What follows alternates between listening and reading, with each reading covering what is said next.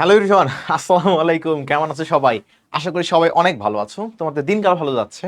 গত ক্লাসের পর মাঝখানের সময়টায় আমি আশা করছি তোমরা একটু পড়াশোনা করছো। গত ক্লাসে আমি যেগুলো পড়াশোনা করছি এবং আমি তোমাদের অনেকগুলো নোট দেখলাম এবং নোটগুলো খুবই দারুণ ছিল এবং খুবই দ্রুত আমি এই নোটগুলোর মধ্যে থেকে সবচেয়ে যেই নোটটা আমার পছন্দ হয়েছে সেই নোটটাকে অ্যানাউন্স করে দিব এবং তোমার বাসায় তোমাকে তোমার যা সেটা পাঠিয়ে দেবো। ঠিক আছে? এখন যে আমাকে ঠিকমতো দেখা যাচ্ছে কিনা এবং আমাকে ঠিকমতো শোনা যাচ্ছে কিনা।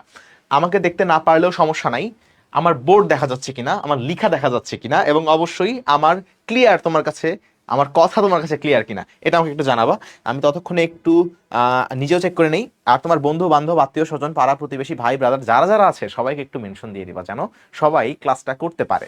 বিশেষ করে তোমার কলেজের যে গ্রুপগুলো আছে সেই গ্রুপগুলো ভিডিওটা শেয়ার করে দাও এবং কে কোন জায়গা থেকে ভিডিওটা দেখছো ভিডিওটা একটু আমাকে জানাবা এখান থেকে। আমি একটু কমেন্টটা ওপেন করে রাখি যেন আমি দ্রুত দেখতে পারি তোমাদের কমেন্টগুলো এখান থেকে। ওকে, আচ্ছা। ওয়ালাইকুম আসসালাম, ওয়ালাইকুম আসসালাম। আচ্ছা, অনেকেই আমার ক্লাস করছে দেখছি। আচ্ছা, আমরা জাস্ট 1 থেকে 2 মিনিট সময় নিব যেন সবাই জয়েন করতে পারে। যেহেতু পাবলিক গ্রুপ, মানুষের ঢল চলে আসবে এখানে। সো আমরা একটু কিছুক্ষণ সময় নিব যেন মানুষজন জয়েন করে, এরপর আমরা ক্লাসটা শুরু করে দিই। ঠিক আছে? ওকে। ছল ছল নয়নে হাসি মাখা বদনে, ছল ছল নয়নে। আচ্ছা, চলো। বিসমিল্লাহির রহমানির রহিম। ভাই দেখা যাচ্ছে। স্যার, আজকে লেকচার 1-এর নোট সাবমিট করা যাবে? করতে পারবা, বাট আজকে তো 2 নাম্বার লেকচার নিয়ে নিচ্ছি এবং আজকের লেকচারটা খুবই সহজ লেকচার। 2 নাম্বার লেকচার আজকে যেগুলো পড়াবো না, এটা বেশ সহজ একটা লেকচার, মজার একটা লেকচার। সো আজকের ক্লাসটা বেশ বড় হবে না। গত ক্লাসে অনেকেই দাবি করছো ভাই আপনি এত লম্বা ক্লাস নেন। আসলে কিন্তু লম্বা ক্লাস না, লাইভ ক্লাসে তোমাদের সাথে কথা হয়, তোমাদের কমেন্ট পড়া হয়, তোমাদের ডাউট ক্লিয়ার করা হয়, এজন্য ক্লাসটা একটু লং হয়ে যায় রেকর্ড ক্লাসের চেয়ে। তুমি ইউটিউব ক্লাসটা দেখবা, আমি যে ইউটিউব লিঙ্কটা দিয়েছি সেখানে কিন্তু তোমাদের কমেন্টস, তারপরে বিভিন্ন গল্প, এগুলো সবাই কেটে দিছি। জাস্ট পিওর পড়াশোনা আছে 1.5 ঘন্টার। সো যাদের সময় একটু কম, তোমরা রেকর্ড ক্লাসটা করতে পারো ইউটিউব থেকে, অথবা যদি লাইভে করো, লাইভে করলে আসলে গল্পে গল্পে টাইমটা চলে যাবে, বুঝতে পারবা না। আর আজকের ক্লাসটা অত বড় হবে না, ট্রাস্ট মি, আজকের ক্লাসটা বেশ ছোট হবে। ওয়ালাইকুম আসসালাম, ওয়ালাইকুম আসসালাম। আচ্ছা, চলো। 8টা 4 বাজে, আমরা 8টা 5-এ শুরু করব। গত ক্লাসের আশা করি তোমাদের কোনো কনফিউশন নাই, গত ক্লাস নিয়ে তোমাদের কোনো ডাউটও থাকবে না এবং একটা সময় যায় তুমি দেখবা যে আমি যতটুকু পড়াবো তার তুমি 100% হয়তো বা একদম পিওরলি ক্যাচ করতে পারবা না, বাট 90 to 95% ক্যাচ করতে পারবা। যেই 5% গ্যাপ থাকে তোমার মনে হইতে পারে এটুকু আমি বুঝতেছি না, বাট আলটিমেটলি তুমি যদি পুরো ক্লাসটা করো, পুরো চ্যাপ্টারটা শেষ করো, তাহলে ইভেনচুয়ালি একটার পর একটা পর্ব যখন করবা তোমার আগের অনেক ডাউট অনেক ক্লিয়ার হবে, আগের অনেক কিছু তোমার ক্লিয়ার হবে, বুঝতে পারছো? সো ক্লাসগুলো করতে থাকো, ট্রাস্ট দ্য প্রসেস। প্রসেসে একটা পর্যায়ে যায় তোমার সবকিছু ক্লিয়ার হয়ে যাবে ইনশাল্লাহ। এবং তুমি যখন নিজে প্র্যাকটিস করবা, আমি অবশ্যই করায় দেওয়ার পর স্লাইডগুলো তো নিজে প্র্যাকটিস করবাই এবং তার পাশাপাশি তোমরা তো মূল বইটা প্র্যাকটিস করবা, তার পাশাপাশি তোমরা একটু টেস্ট পেপারগুলো দেখবা এবং যদি একটু অ্যাডভান্স স্টুডেন্ট হও, কোয়েশ্চেন ব্যাংকটাও একটু দেখতে পারো, তখন তুমি দেখবা তোমার আরও ডাউট ক্লিয়ার হবে। সো যত তুমি নিজের সময় দিবা, যত বেশি সময় অতিক্রম করবে, তোমার ডাউট তত ক্লিয়ার হবে, তোমার এই চ্যাপ্টারে তোমার কি বলবো ক্ষমতা তত বেশি বৃদ্ধি পাবে, বুঝতে পারছো?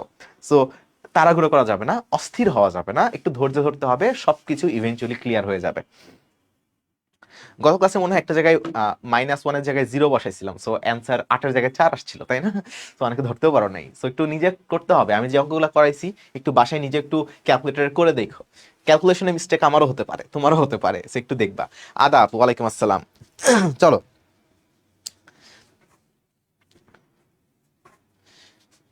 স্লাইডে এটা আমি, এটা ইয়াসিন ভাইয়া না।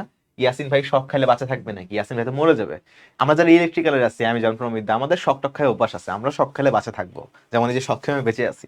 ইয়াসিন ভাই সকালে ডিরেক্ট একদম তোমার স্বর্গে চলে যাবে, বুঝছো? সো ইয়াসিন ভাই তোমার চলতের ক্লাস নিচ্ছে না, চলতের ক্লাস আমি নিচ্ছি। এরপরে ইয়াসিন ভাই তোমাদের সাথে হয়তো স্থির তৈরি বা তাপগতিবিদ্যা কোন একটা চ্যাপ্টার নিয়ে আসবে, তোমরা গেস করতে পারো কোনটা নিয়ে আসবে। আচ্ছা, আজকে আমাদের 2 নাম্বার লেকচার, পড়াশোনা শুরু করবো। পড়াশোনা মোড অন, গল্প গুজব বন্ধ, প্রেম ভালোবাসা বন্ধ। দেখো, আজকে আমাদের পর্ব 2। এর আগে আমরা প্রথম পর্বে তোমাদের ফান্ডামেন্টালস অফ কারেন্ট পড়াইছিলাম, যে কারেন্টটা কেন তৈরি হয়, কিভাবে তৈরি হয়, আধান কি, চার্জ কি, বিভব কি, কখন তৈরি হয়, কোন দিক দিয়ে যাবে, কেমনে যাবে, এভরিথিং আমরা এগুলো ক্লিয়ার করছি। মনে আছে? তোমরা কারেন্ট থেকে কেন চার্জ বের করবা, চার্জ থেকে কিভাবে কারেন্ট বের করবা সবকিছু আমরা দেখেছিলাম। এর পরবর্তীতে একটা ইলেকট্রন কোন বেগ নিয়ে দৌড়াদৌড়ি করে, সেখানে সে কতটুকু বাধা পায়, বাধা পাইলে তার ড্রিফট ভেলোসিটি কেমন হয়, তার চার্জ বা প্রবাহ ঘনত্ব কেমন থাকে, সেইগুলো আমরা বের করা শিখেছিলাম। আর আজকে আমরা চলে যাব সেই 9-10 একটা পুরনো একটা টপিকে, বাট সেই টপিকের তোমরা একটা ভয়ঙ্কর রূপ আজকে দেখবা, বাট রূপটা অনেক সহজ লাগবে তোমার কাছে ইনশাল্লাহ। ঠিক আছে, আচ্ছা চলো আমরা প্রথমত দেখব ওহমের সূত্র। ভাই ওহমের সূত্র এটা তো ক্লাস 9-10-এ পড়ছি, ওই ভি ইকুয়ালস টু আই আর শেষ, এই মান টান বসাবো অঙ্ক শেষ। এখানে কিন্তু অতটুকুতেই সীমাবদ্ধ নহে। ওহম একটা বিজ্ঞানী ছিলেন, তিনি ভোল্টেজ অ্যাপ্লাই করলে বা বিভব পার্থক্য অ্যাপ্লাই করলে যে কারেন্ট হয় না, এই দুইটার মাঝখানে সম্পর্ক স্থাপন করছিল। গত ক্লাসে আমরা দেখেছিলাম, তো যদি মনে পড়ে, যে যদি আমি একটা পরিবাহীর দুই পাশে কোনোভাবে বিভব পার্থক্য তৈরি করতে পারি, বিভব পার্থক্য মানে এক জায়গায় বিভব বেশি আরেক জায়গায় বিভব কম, দুই রকম বিভব তৈরি হলে তাদের মধ্যে তড়িৎ প্রবাহ শুরু হয়, ইলেকট্রনগুলো দৌড়াদৌড়ি শুরু করে।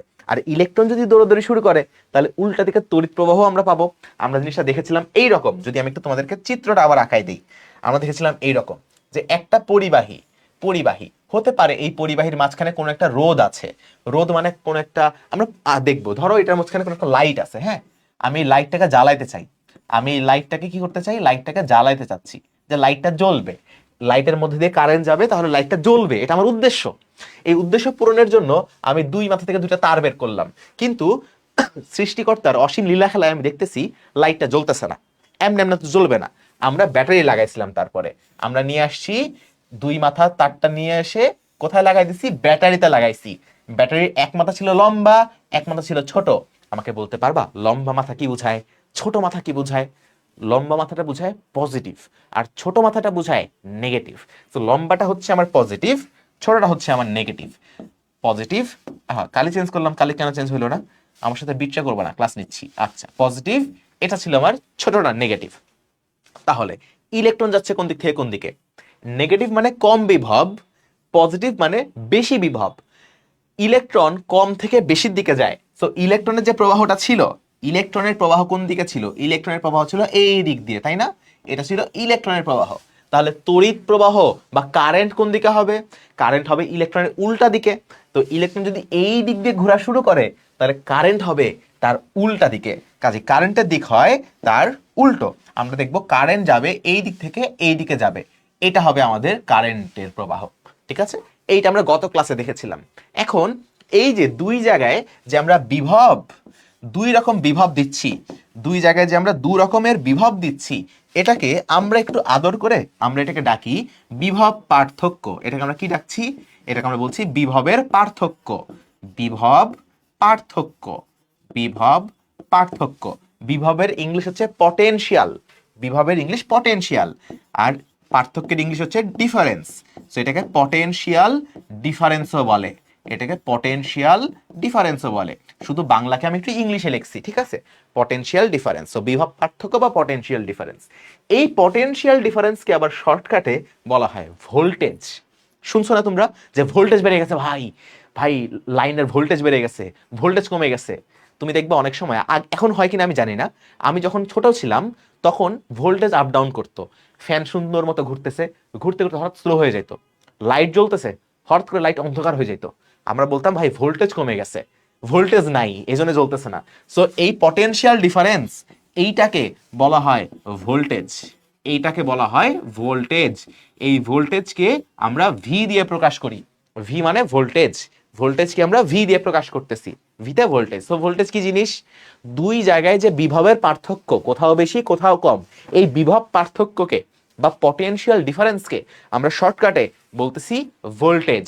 ঠিক আছে, কেবল ভোল্টেজ ডিফারেন্স বললো না, ভোল্টেজ ডিফারেন্স না, পটেনশিয়াল ডিফারেন্স, এটাকে আমরা বলছি ভোল্টেজ। আচ্ছা ঠিক আছে, এখন তুমি যদি ভোল্টেজ দাও তাহলে এটার মধ্যে কারেন্ট তুমি পাবা। এখন কতটুকু ভোল্টেজ দিলে কতটুকু কারেন্ট পাবা এটা জানা লাগবে না? জানা লাগবে তো। যদি এমন হয় তোমার এই লাইট, এই লাইটের মধ্যে থেকে 10 অ্যাম্পিয়ারের বেশি কারেন্ট গেলে লাইটটা পুইরা যায়, বাস্ট হয়ে যায়, তো তখন কিন্তু তোমার হিসাব করা লাগবে যে আচ্ছা লাইটের মধ্যে 10 অ্যাম্পিয়ারের বেশি কারেন্ট দেওয়া যাবে না, তাহলে কতটুকু ভোল্টেজ দেওয়া লাগবে, তোমার সেই পরিমাণ ভোল্টেজ হিসাব করে দিতে হবে।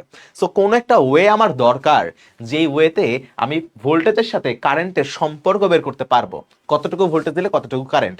বিজ্ঞানী ওহম একটা বেশ মজার একটা কথা বলে গেছে। বিজ্ঞানী ওহম মজার ছলে বলে গেছে যে শুনো ভাই, তুমি যদি ভোল্টেজটা বাড়াও তাহলে তুমি কারেন্টটা বেশি পাবা। আরে ভাই, একটা সহজ একটা কথা বলছে, এটা তো জানি, এটা তো কমন সেন্স।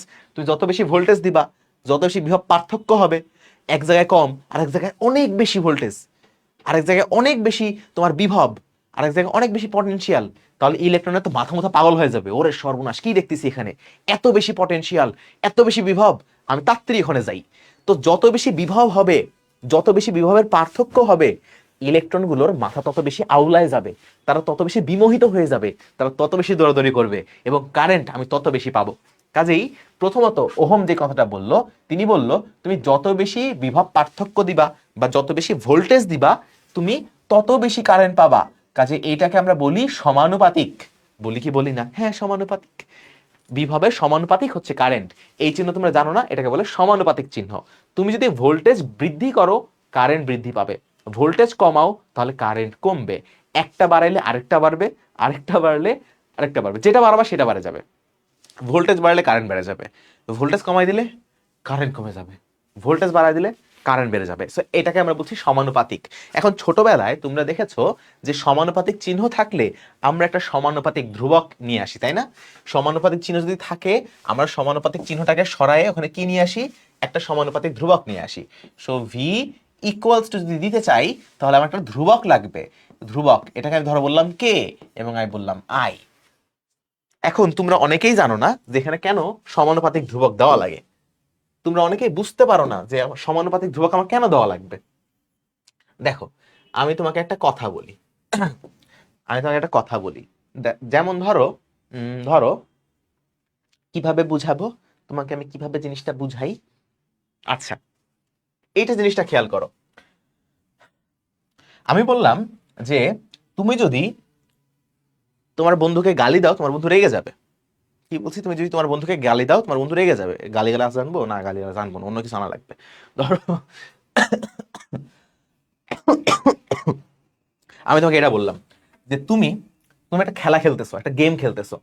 এই গেমে তুমি যদি 1 পয়েন্ট পাও, তুমি যদি 1 পয়েন্ট পাও, তুমি ধরো একটা গেম খেলতেছো, সেই গেমে তোমার পয়েন্ট হয়েছে 1, তাহলে আমি বলবো যে তার মানে এই 1 পয়েন্ট পাইলে তোমার যে গেমের যে স্কোর বা গেমের যে লেভেল, সেটা দ্বিগুণ হবে।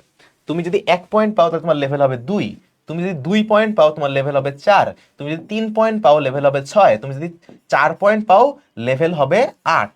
তাহলে দেখো, তোমার স্কোর স্কোর আর লেভেল এরা কিন্তু সমানুপাতিক। স্কোর বাড়লে লেভেল বাড়ে, স্কোর বাড়লে লেভেল বাড়ে, স্কোর বাড়লে লেভেল বাড়ে। স্কোর যদি কমায় দাও, 4 থেকে 1 করো, লেভেলও কমে যাবে, 8 থেকে 2 হয়ে যাবে। স্কোর যদি বাড়াও, লেভেলও বাড়বে। তো এখন যদি সমান চিহ্ন দিতে চাই, সমান কি আমি দিতে পারবো? 1 আর 2 সমান করতে পারবো? পারবো না। আমার কি করা লাগবে? আমার একটা ধ্রুবক দেওয়া লাগবে এখানে। তুমি দেখো 1 এখানে কি দিলে 2 এর সমান হবে?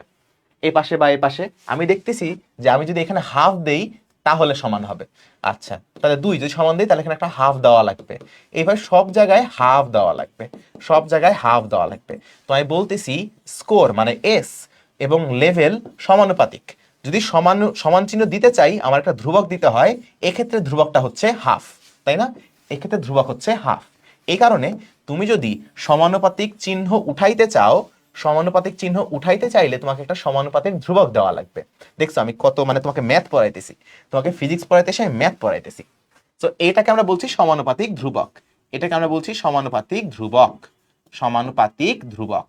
এখন এই সমানুপাতিক ধ্রুবকের একটা বিশেষ নাম আছে, সমানুপাতিক ধ্রুবক। এই সমানুপাতিক ধ্রুবকের একটা বিশেষ নাম আছে। কি নাম এটা? সমানুপাতিক ধ্রুবকের একটা বিশেষ নাম আছে। এই সমানুপাতিক ধ্রুবককে বলা হয় রোধ। এই সমানুপাতিক ধ্রুবককে বলা হয় রোধ। সমানুপাতিক ধ্রুবককে আমরা কি বলতেছি? আমরা বলতেছি রোধ। সমানুপাতিক ধ্রুবককে আমরা কি নামে ডাকতেছি? আমরা সমানুপাতিক ধ্রুবককে নামে ডাকতেছি রোধ। এবং এই কে কে আমরা আর কে লিখি না, যেহেতু একটা বিশেষ সমানুপাতিক ধ্রুবক, যেটা একটা বিশেষ নাম আছে রোধ, আমরা এটাকে কে লিখবো না, আমরা এটাকে তখন লিখি আর। আমরা এটাকে তখন লিখি আর। আর তাহলে আমি এতক্ষণ পর্যন্ত কি বললাম? এতক্ষণ পর্যন্ত আমি কি বললাম? এতক্ষণ পর্যন্ত আমি বললাম যে ভাই তুমি, ওহম আমাদেরকে বলে গেছে, ওহম আমাদেরকে বলে গিয়েছেন তুমি যদি বিভব পার্থক্য বৃদ্ধি করো তাহলে কারেন্টের পরিমাণটা বৃদ্ধি পাবে, কারণ বিভব পার্থক্য বাড়াইলে এক জায়গায় কম ভোল্টেজ, এক জায়গায় কম বিভব, আরেক জায়গায় অনেক বেশি বিভব। সো ইলেকট্রনগুলো অনেক বেশি দৌড়াদৌড়ি করে, আর ইলেকট্রন যত বেশি দৌড়াদৌড়ি করবে তত বেশি কারেন্ট। এই জন্য ভোল্টেজ বা বিভবের পার্থক্য যত বেশি হবে কারেন্ট তত বেশি হবে। সো ভোল্টেজ আর কারেন্ট হচ্ছে সমানুপাতিক। এখন তোমরা ছোটবেলা থেকে দেখছো যে সমানুপাতিক চিহ্ন উঠায়ে যদি সমান সমান চিহ্ন বসাইতে হয় তাহলে একটা সমানুপাতিক ধ্রুবক দিতে হয়। এই সমানুপাতিক ধ্রুবকটাকে আমরা বলতেছি আর। অন্য জায়গায় তো আমরা কে ইউজ করি, সি ইউজ করি, বিভিন্ন কিছু ইউজ করি, এখানে এটাকে আমরা আর ইউজ করতেছি। আর আরতে কি? আরতে হচ্ছে রেজিস্টেন্স, এটার বাংলা হচ্ছে রোধ, বা মনে রাখতে পারো আর মানে রোধ। আর এর ইংলিশ হচ্ছে রেজিস্টেন্স বা রোধ, রেজিস্টেন্স বা রোধ, এখানে আমরা পরে আসবো। বাট এটা হচ্ছে একটা সমানুপাতিক ধ্রুবক। এখন আমি তোমাকে যেটা বলার চেষ্টা করতেছিলাম যে সমানুপাতিক ধ্রুবক কেন আসে এটা বুঝতে হয়। হ্যাঁ, এটা যদি তুমি এখন না বুঝো ফিজিক্সে অনেক জায়গায় প্যারা খাবা, এই জন্য আমি বলতেছিলাম। আমি উদাহরণটা এরকম দিয়েছিলাম, এটা মুছে দিছি আবার লিখতেছি, দেখো আমি লিখেছিলাম যে এস মানে হচ্ছে তুমি একটা খেলায় কতটুকু স্কোর করছো। ধরো তুমি তাস খেলতেছো, তাস তো একটু খারাপ হয়ে যায় না, ধরো তুমি লুডো খেলতেছো, বা ধরো তুমি হচ্ছে মোবাইলে গেম খেলতেছো, তো স্কোর হয় না? স্কোর, তুমি যত স্কোর করবা তোমার লেভেল হবে তার ডাবল। হ্যাঁ, তুমি যত স্কোর করবা তোমার লেভেল হবে তার ডাবল। আমি বললাম তুমি 1 স্কোর করলা, তাহলে তোমার লেভেল হবে 2, 2 স্কোর করলা লেভেল হবে 4, 3 স্কোর করলা লেভেল হবে 6। দেখো তো স্কোর বাড়লে লেভেলও বাড়ে। স্কোর যদি তুমি 3 থেকে 1 করো লেভেল দেখো 6 থেকে 2 হবে, কাজে স্কোর আর লেভেল হলো সমানুপাতিক। এখন আমি যদি সমান সমান চিহ্ন বসাইতে চাই এদের মাঝখানে, আমি কি বসাইতে পারবো? পারবো না। আমি এটার মাঝখানে সমান সমান চিহ্ন বসাইতে পারবো না। 1 আর 2 এর মাঝখানে তুমি সমান দিতে পারবা না। কখন পারবা? যদি তুমি এখানে একটা ধ্রুবক দাও। এখানে ধ্রুবকটা কত হবে? দেখো হাফ, এই যে হাফ, তাহলে 2 আর 2 কাটা, এই যে 1। তুমি দেখো হাফ বসাও, তাহলে 2 আর 4 কাটা থাকবে হচ্ছে 2। তুমি দেখো হাফ বসাও, তাহলে 2 আর 6 কাটা থাকবে হচ্ছে 3, 3 আর 3 সমান। কাজেই সমানুপাতিক চিহ্ন থাকলে সরাসরি সমান সমান বসানো যায় না, একটা ধ্রুবক দিতে হয়। এখানে ধ্রুবকটা ছিল হাফ, এইখানে এই ধ্রুবকটা হচ্ছে আর, এইখানে এই ধ্রুবকটা হচ্ছে আর। বুঝতে পারছি? বুঝতে পারছি এবার? কথা কি ক্লিয়ার নাকি ক্লিয়ার না বলো? কথা কি বুঝতে পারছি নাকি বুঝতে পারিনি? কাজে এটাকে আমরা বলছি রোধ। রোধের ইংরেজি কি? রোধের ইংরেজি হচ্ছে রেজিস্ট্যান্স। রোধের ইংরেজি হচ্ছে রেজিস্ট্যান্স। রোধকে বলা হয় রেজিস্ট্যান্স, রেজিস্ট্যান্স, রেজিস্ট্যান্স। বুঝছি?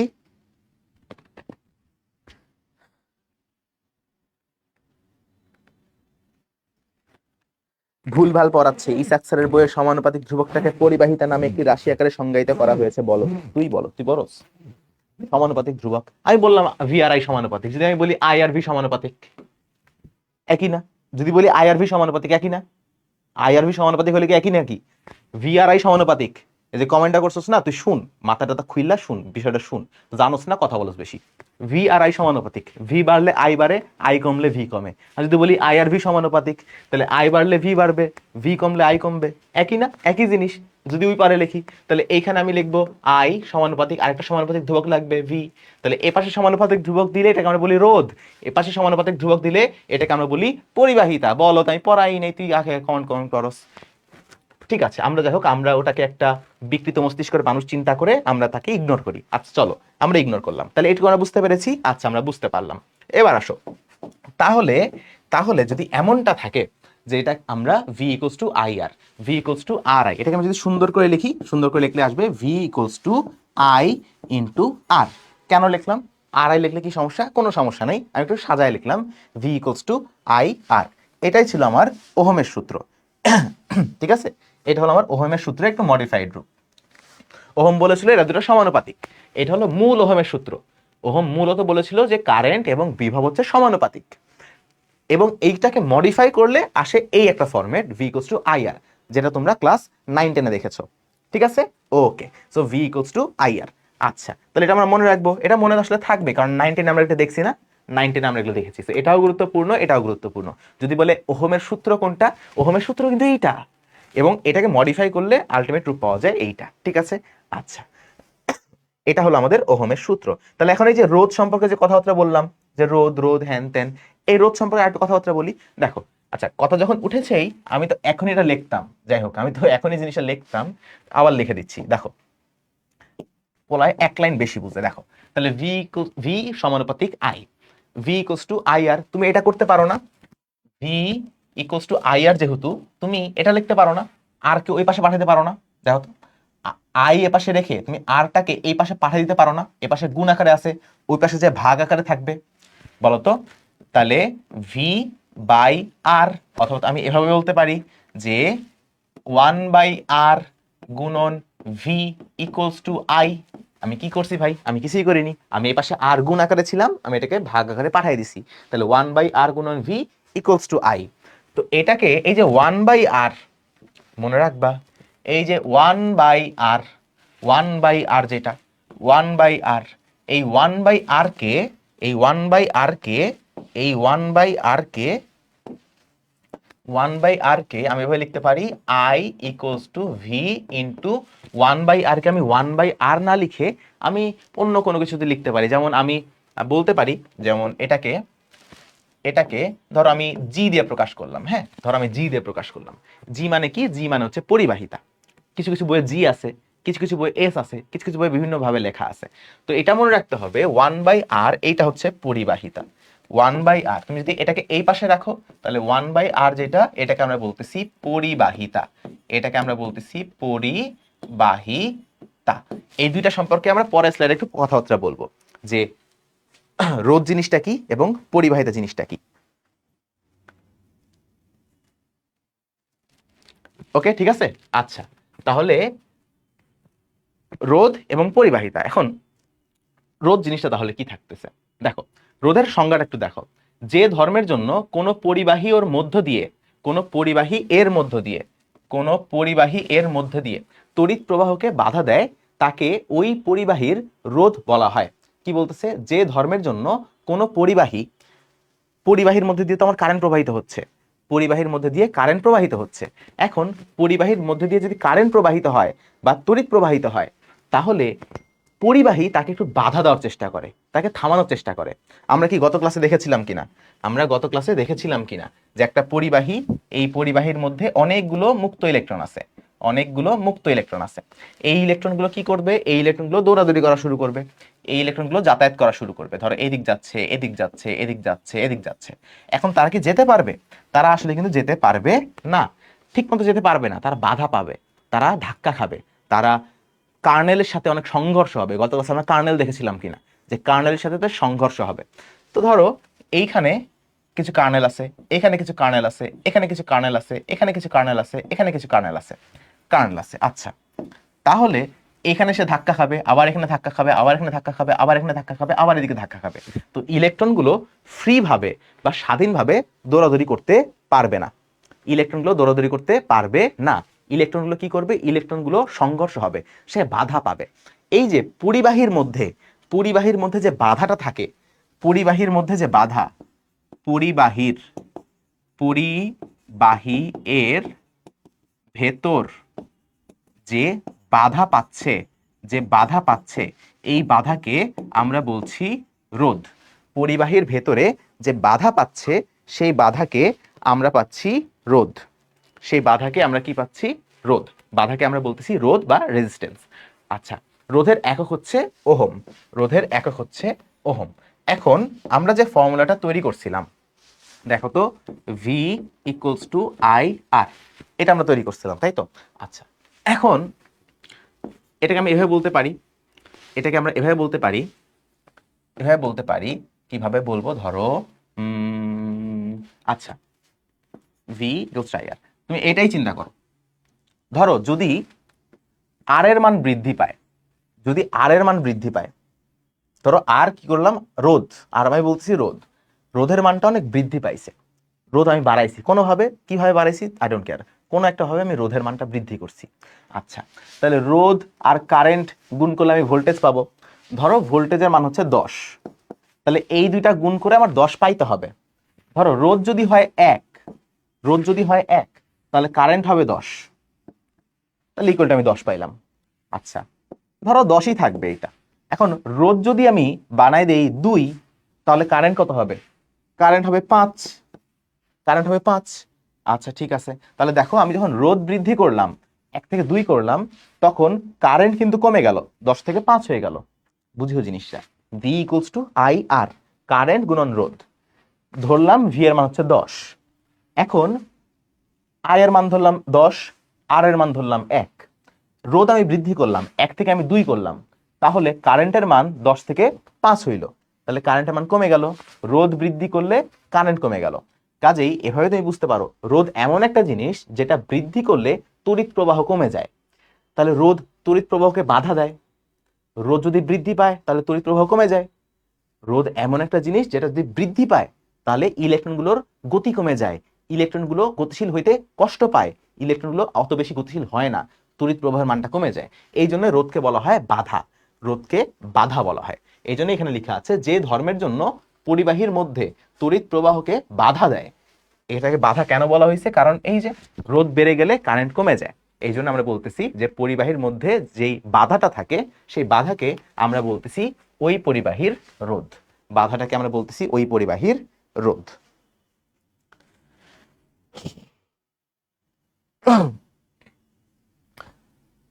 লেট, দেরিতে আসছি না, দেরিতে আসো নাই, কিছুই হয় নাই।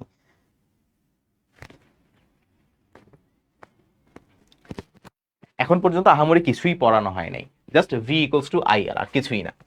আচ্ছা, কাজে পরিবাহীর মধ্যে যে বাধাটা থাকতেছে বা যে আমি কি বলবো সমস্যাটা বা গতিশীল হইতে যে ডিস্টার্বটা বা কার্নেলের সাথে যে সংঘর্ষগুলো হয়, এই বাধার পরিমাণটাকে আমরা পরিমাপ করি রোধ দিয়ে। এই বাধার পরিমাণটাকে আমরা পরিমাপ করতেছি কি দিয়ে? বাধার পরিমাণটাকে আমরা পরিমাপ করতেছি রোধ দিয়ে। আচ্ছা, এই রোধের এসআই একক হচ্ছে ওহম। রোধের এসআই একক হচ্ছে ওহম। সো ওহমকে তুমি এই রকম একটা চিহ্ন দিয়েও প্রকাশ করতে পারো, অথবা ও এইচ এম এটাও লিখতে পারো, এভাবেও লিখতে পারো, এটাও লিখতে পারো। এটা হচ্ছে এসআই একক, এটা হচ্ছে এসআই একক। আচ্ছা আচ্ছা, এবার দেখো আপেক্ষিক রোধ। খুব সম্ভবত আপেক্ষিক রোধ নিয়ে খুব বেশি তোমরা পড়াশোনা করো নাই, রোধ টোধ সম্পর্কে তোমরা পড়াশোনা করছো এতটুকু পর্যন্ত। আচ্ছা, কি কমেন্টে কি হইতেছে? এটা এত কমেন্ট, মাই গড। আমার মনে হয় কমেন্টে তোমাদের মধ্যে কিছু সংঘর্ষ হইতেছে, তোমাদের মধ্যে কিছু রোধ সৃষ্টি হইতেছে, হোয়াট এভার। আসো দেখো। আচ্ছা, তো আমরা রোধ দেখলাম। রোধ জিনিসটা কি? রোধ হচ্ছে বাধা প্রদান করা। আমার তারের মধ্যে দিয়ে তড়িৎ প্রবাহ হবে, এই তড়িৎ প্রবাহ আমার বাধা দিবে। কতটুকু বাধা দিবে, ওই পরিবাহীটা কতটুকু বাধা দিতে পারে, সেটাকে আমরা বলতেছি রোধ। কাজে রোধ যত বেশি হয় প্রবাহ তত কম হয়। এখন দেখো আপেক্ষিক রোধ। আপেক্ষিক রোধ হলো একক দৈর্ঘ্য এবং একক প্রস্থচ্ছেদ ক্ষেত্রফল বিশিষ্ট কোনো একটি পরিবাহী তার প্রস্থচ্ছেদের অভিলম্বভাবে বিদ্যুৎ প্রবাহে যে পরিমাণ বাধা প্রদান করে তাকে তার আপেক্ষিক রোধ বলে। আমি কিছুই বুঝি নাই, তাই না? তোমরা বুঝো নাই, আমিও কিছু বুঝি নাই। দেখো, আমি বললাম যে এটা একটা পরিবাহী, এইটা একটা পরিবাহী, ইহা একটি পরিবাহী। এই পরিবাহী তাহলে কিছু বাধা দেয়। এই পরিবাহীর মধ্যে দিয়ে যখন তড়িৎ প্রবাহ হবে, এই পরিবাহীর মধ্যে দিয়ে যখন তড়িৎ প্রবাহ হবে, তখন সেই তড়িৎ প্রবাহকে বা সেই আইকে, কারেন্টকে, এটা কিছু পরিমাণ বাধা দিবে, আর যেটা হচ্ছে আমাদের রোধ। এখন ওকে, আমি বললাম যে এই পরিবাহী যেই বস্তুর তৈরি, ধরো এটা হচ্ছে একটা কপার, এটা একটা কপারের তার।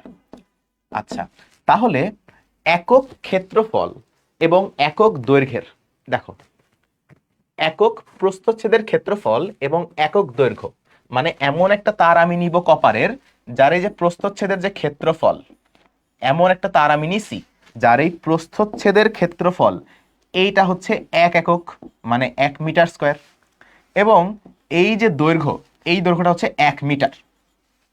তাহলে এটার যেই রোধ হবে, এটার যেই রোধ হবে সেই রোধটাকে আমি বলবো আপেক্ষিক রোধ। আপেক্ষিক রোধকে রো দিয়ে প্রকাশ করা হয়, এটা হচ্ছে রো। এই চিহ্নটাকে বলে রো। এটা কিন্তু পি না, পি না, পি নিচে একটা লেজ আছে, এটা হচ্ছে রো। ঠিক আছে, তাহলে এটাকে আমরা বলি আপেক্ষিক রোধ বা রো। আপেক্ষিক রোধ বা রো। তাহলে কি বললাম? আপেক্ষিক রোধ আসলে কিছুই না, আপেক্ষিক রোধ হচ্ছে একটা বিশেষ ধরনের রোধ। যদি একটা পরিবাহীর প্রস্থচ্ছেদের ক্ষেত্রফল, প্রস্থচ্ছেদের ক্ষেত্রফল মানে কি? মানে যার ভিতর দিয়ে কারেন্টটা যাইতেছে, যেটুকুর মধ্যে দিয়ে কারেন্ট প্রবাহিত হচ্ছে, সেই ক্ষেত্রফলটার দৈর্ঘ্য যদি হয় 1 বা 1 একক, যেমন 1 মিটার স্কয়ার, যদি তুমি এসআই এককে হিসাব করো, যদি সিজিএস এককে হিসাব করো, তাহলে 1 সেন্টিমিটার স্কয়ার। এসআই দিয়ে হিসাব করি, তাহলে 1 মিটার স্কোয়ার, এবং দৈর্ঘ্য যদি হয় 1 মিটার, দৈর্ঘ্য যদি হয় 1 মিটার, তাহলে এই তারের যেটুকু রোধ থাকবে সেই রোধটাকে আমরা বলি আপেক্ষিক রোধ। বুঝছো নাকি?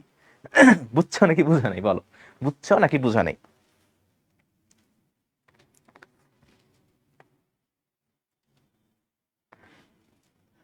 তাহলে আপেক্ষিক রোধ কি? ধরো তুমি একটা কপারের তার নিছো, কপারের তার নিছো তুমি, ফর এক্সাম্পল এই কপারের তারের তুমি রোধ তুমি জানো।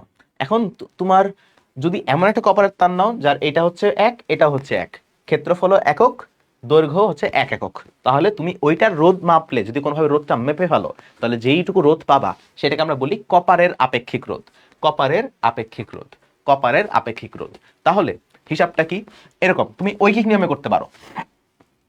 ধরো কোনো কিছুর ক্ষেত্রফল হচ্ছে এ, কোনো কিছুর প্রস্থচ্ছেদের ক্ষেত্রফল হচ্ছে এ, তার দৈর্ঘ্য হচ্ছে এল, এবং তার রোধ আমি পাইলাম আর।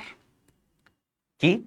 কোনো কিছুর ক্ষেত্রফল, প্রস্থচ্ছেদের ক্ষেত্রফল, যেইটুকু জায়গার মধ্যে দিয়ে কারেন্ট প্রবাহিত হচ্ছে, যেইটুকু জায়গার মধ্যে দিয়ে কারেন্ট প্রবাহিত হচ্ছে, এই যে এই জায়গাতে কারেন্ট যাচ্ছে না, আচ্ছা এই জায়গাতে কারেন্ট যাচ্ছে, এই ক্ষেত্রফলটার, এই ক্ষেত্রফলটা হচ্ছে এ, এটার দৈর্ঘ্য হচ্ছে এল, এবং এটার রোধ আমি পাইছি আর। ওকে, আচ্ছা, তাহলে ঐকিক নিয়ম করবা ক্লাস 4, 5, 6 যেগুলো করছো, যে এটার দৈর্ঘ্য ক্ষেত্রফল যদি হয় 1 একক, তাহলে এটা কি হবে? আর বাই এ। ওকে, আচ্ছা, কি হলো? ঝামেলা হলো নাকি? আচ্ছা দেখো, এবং যদি এটার, যদি এটার, আচ্ছা দাঁড়াও তো, দাঁড়াও, একটু ওয়েট, একটু ওয়েট, একটু ওয়েট, ওয়েট, रुको एक थोड़ा सबर कर लो, रुको रुको रुको।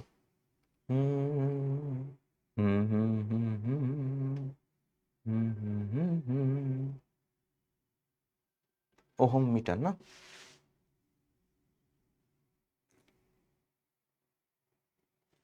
আরে আমি এখানে কোনো ঝামেলা করলাম নাকি?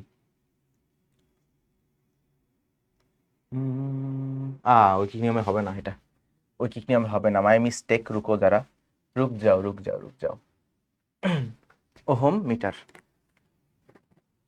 ও আচ্ছা, ঐকিক নিয়মে করতে পারবা না, ঐকিক নিয়মে করতে পারবা না, ঐকিক নিয়মে করতে পারবা না, আমার এটা এটা আমি, এটা মিস্টেক হয়ে গেছে, দাঁড়াও, ঐকিক নিয়মে করতে পারবা না, তোমার এটা কোনটার উপর নির্ভরশীলতা দিয়ে করা লাগবে।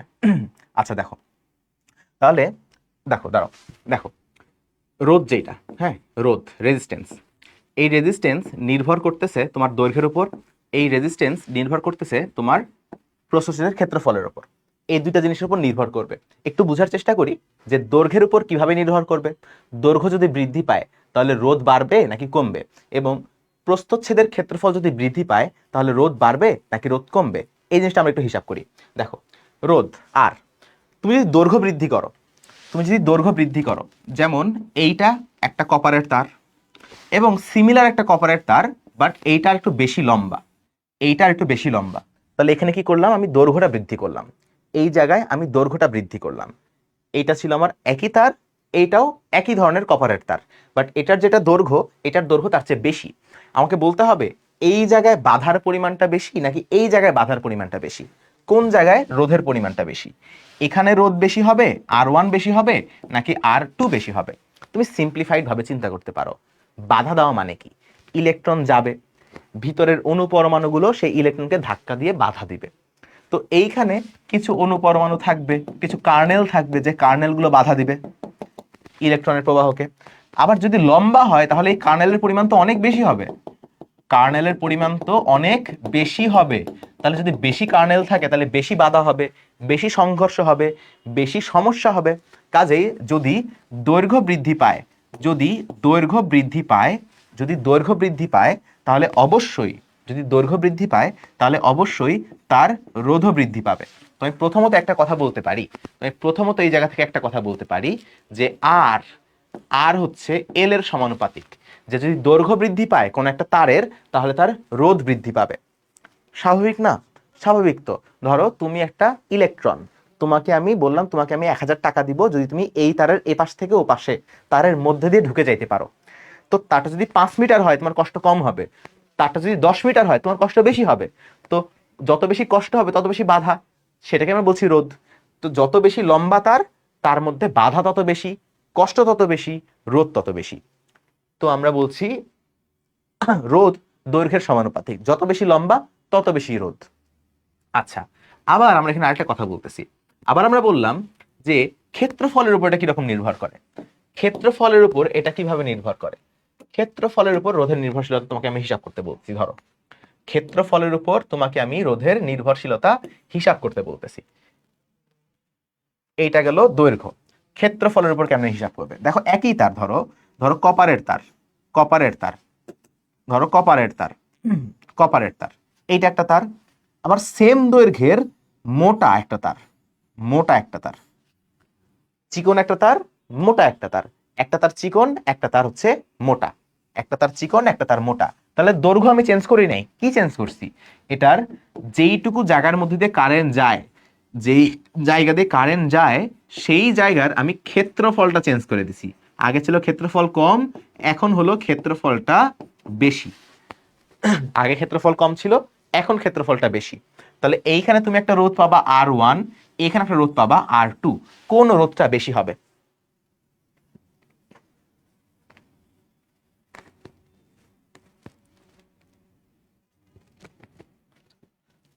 বলো কোন রোধটা বেশি হবে? তুমি এভাবে চিন্তা করতে পারো, তুমি একটা ধরো একটা মেট্রোতে আসো, কখনো কি মেট্রোতে উঠছো? যদি ঢাকা শহরে থাকো মেট্রোতে হয়তো উঠছো, কিংবা যদি ধরো তোমার এলাকায় থাকো তাহলে একটা বাসের কথা চিন্তা করতে পারো বা ট্রেনের কথা চিন্তা করতে পারো। ধরো ট্রেনটা অনেক চিকন চিপা, চিকন একটা ট্রেন। তুমি এই চিকন ট্রেনের মধ্যে অনেকগুলা মানুষ যারা তোমাকে বাধা দিবে, এরা হচ্ছে কার্নেল, যারা ইলেকট্রন প্রবাহকে বাধাগ্রস্ত করে। তুমি একটা ইলেকট্রন, এই অনেকগুলা মানুষ, চিকন একটা ট্রেন, তুমি এটার মধ্যে দিয়ে এই পাশ থেকে ও পাশে যাবা, তোমার অনেক বেশি কষ্ট হবে, অনেক বেশি ধাক্কাধাক্কি হবে। কিন্তু যদি এমন হয় যে ট্রেনটা অনেক চওড়া, তাহলে কিন্তু এখানে একটু বাধা পাইছো, একটু সাইডে গেলা, এখানে একটু বাধা পাইছো আর একটু সাইডে যায় ঘাস ধাক্কাধাক্কি করে তুমি আগাইতে পারবা। বা যদি চিকন হয়, বাধা পাইছো, তোমার যাওয়ার কিন্তু জায়গা অনেক কম, নড়াচড়া করার জায়গা অনেক কম। সো যত মোটা তার হবে, ইলেকট্রন বাধা পাইলেও তার অন্য দিক দিয়ে যাওয়ার সিস্টেম থাকে। এই জন্য যত মোটা তার হয় তার রোধ তত কম হয়। সো এইখানে কিন্তু আসলে R1টার মান বেশি হবে, R2 এর বা 2 নাম্বার তারের রোধ কম হবে। কারণ প্রস্থচ্ছেদের ক্ষেত্রফল যত বেশি হয় সে তত সহজে বিভিন্ন সাইড সুইতে যাইতে পারে। বুঝছো? এভাবে চিন্তা করতে পারো। এই কারণে প্রস্থচ্ছেদের ক্ষেত্রফল যদি বৃদ্ধি পায় তাহলে রোধের মানটা কমে যায়, বা বাধার মানটা কমে যায়, বা কষ্টের মানটা কমে যায়। এই জন্য আমরা বলতেছি প্রস্থচ্ছেদের ক্ষেত্রফল আর রোধ হচ্ছে পরস্পর ব্যস্তানুপাতিক। আমরা বলতেছি রোধ এবং এই যে ক্ষেত্রফল, প্রস্থচ্ছেদের যে ক্ষেত্রফল এ, এইটা হচ্ছে ব্যস্তানুপাতিক। ব্যস্তানুপাতিককে আমরা কিভাবে লিখি? ব্যস্তানুপাতিককে আমরা লিখি 1/something আকারে, তাই না? তাহলে এখানে প্রস্থচ্ছেদের ক্ষেত্রফল আর রোধ হচ্ছে পরস্পর ব্যস্তানুপাতিক। প্রস্থচ্ছেদের ক্ষেত্রফল আর রোধ হচ্ছে পরস্পর ব্যস্তানুপাতিক। আচ্ছা, এটুকু বুঝছি।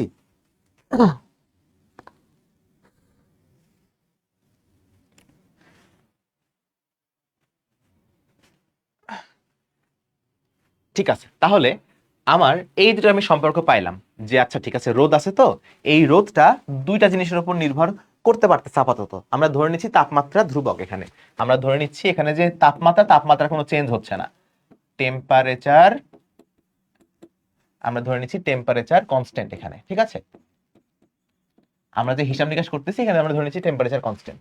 তাপমাত্রা কোনো কিছু চেঞ্জ করতেছি না, কোনো কিছু চেঞ্জ করব না, খালি আমরা একই তারের দৈর্ঘ্য একটু চেঞ্জ করব, ক্ষেত্রফল একটু চেঞ্জ করব, চেঞ্জ করে দেখবো কোনটার সাথে কি হয়।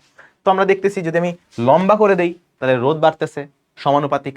যদি আমি ক্ষেত্রফলটা বাড়াই দেই, ইলেকট্রনের যাওয়ার অনেক জায়গা পাওয়া যাচ্ছে, ইলেকট্রনের বাধা কমে যেতেছে, রোধ কমে যেতেছে। তো এটা হচ্ছে ব্যস্তানুপাতিক। এই দুটাকে যদি একসাথে করো, যে সমানুপাতিক আর ব্যস্তানুপাতিক একসাথে করলে আসবে R is proportional to L by A. R is proportional to L by A. R is proportional to L by A আসবে। আর ইজ প্রপোর্শনাল টু আসবে এল বাই এ। কি আসবে? এল বাই এ। এল বাই এ, ঠিক আছে? আচ্ছা, R is proportional to L by A. এখন সমানুপাতিক ধ্রুবক আরেকটা নিয়ে আসো, আবার একটা সমানুপাতিক ধ্রুবক নিয়ে আসো এটার মধ্যে।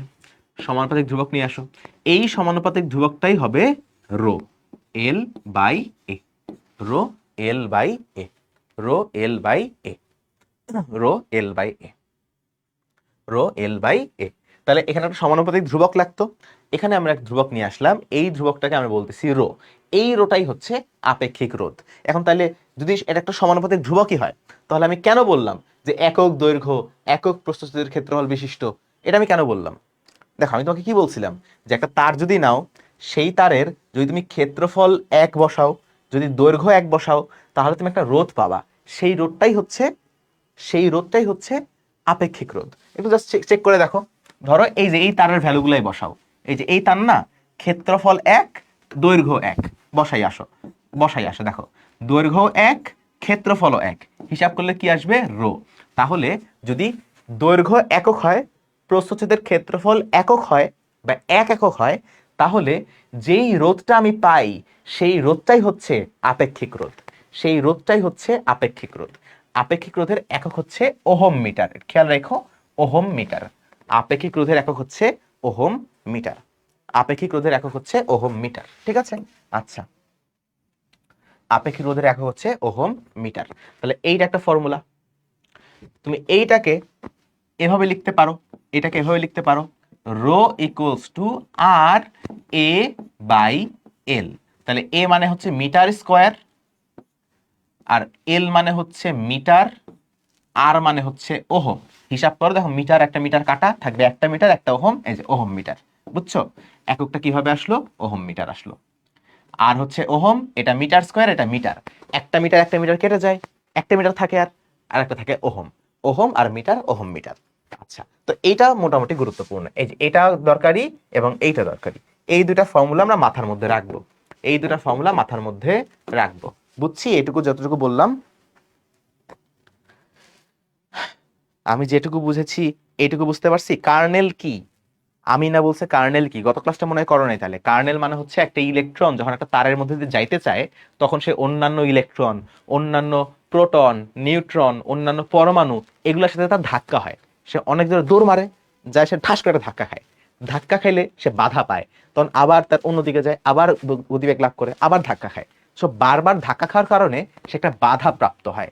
এই বাধাটাকে আমরা বলতেছি কার্নেল দ্বারা সৃষ্ট বাধা। যারা বাধা দিচ্ছে তাদেরকে আমরা বলতেছি কার্নেল।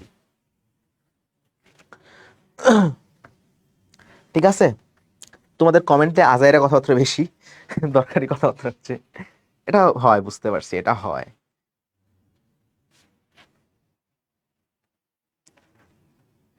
ঠিক আছে? আচ্ছা আচ্ছা, তাহলে আমরা আরেকবার বলি, তাহলে যেহেতু আরেকবার বলি, তাহলে আরেকবার একটু শর্টে রিক্যাপ করে দিই। শর্টে ছোট্ট করে একটু রিক্যাপ করে দেই, ছোট্ট করে একটু রিক্যাপ করাই দিই। আমরা বলছি যে তুমি একটা তার নিবা, সেই তারের মধ্যে অবশ্যই একটা রোধ থাকবে। তুমি যদি তার নাও, সেই তারের মধ্যে অবশ্যই একটা রোধ থাকবে।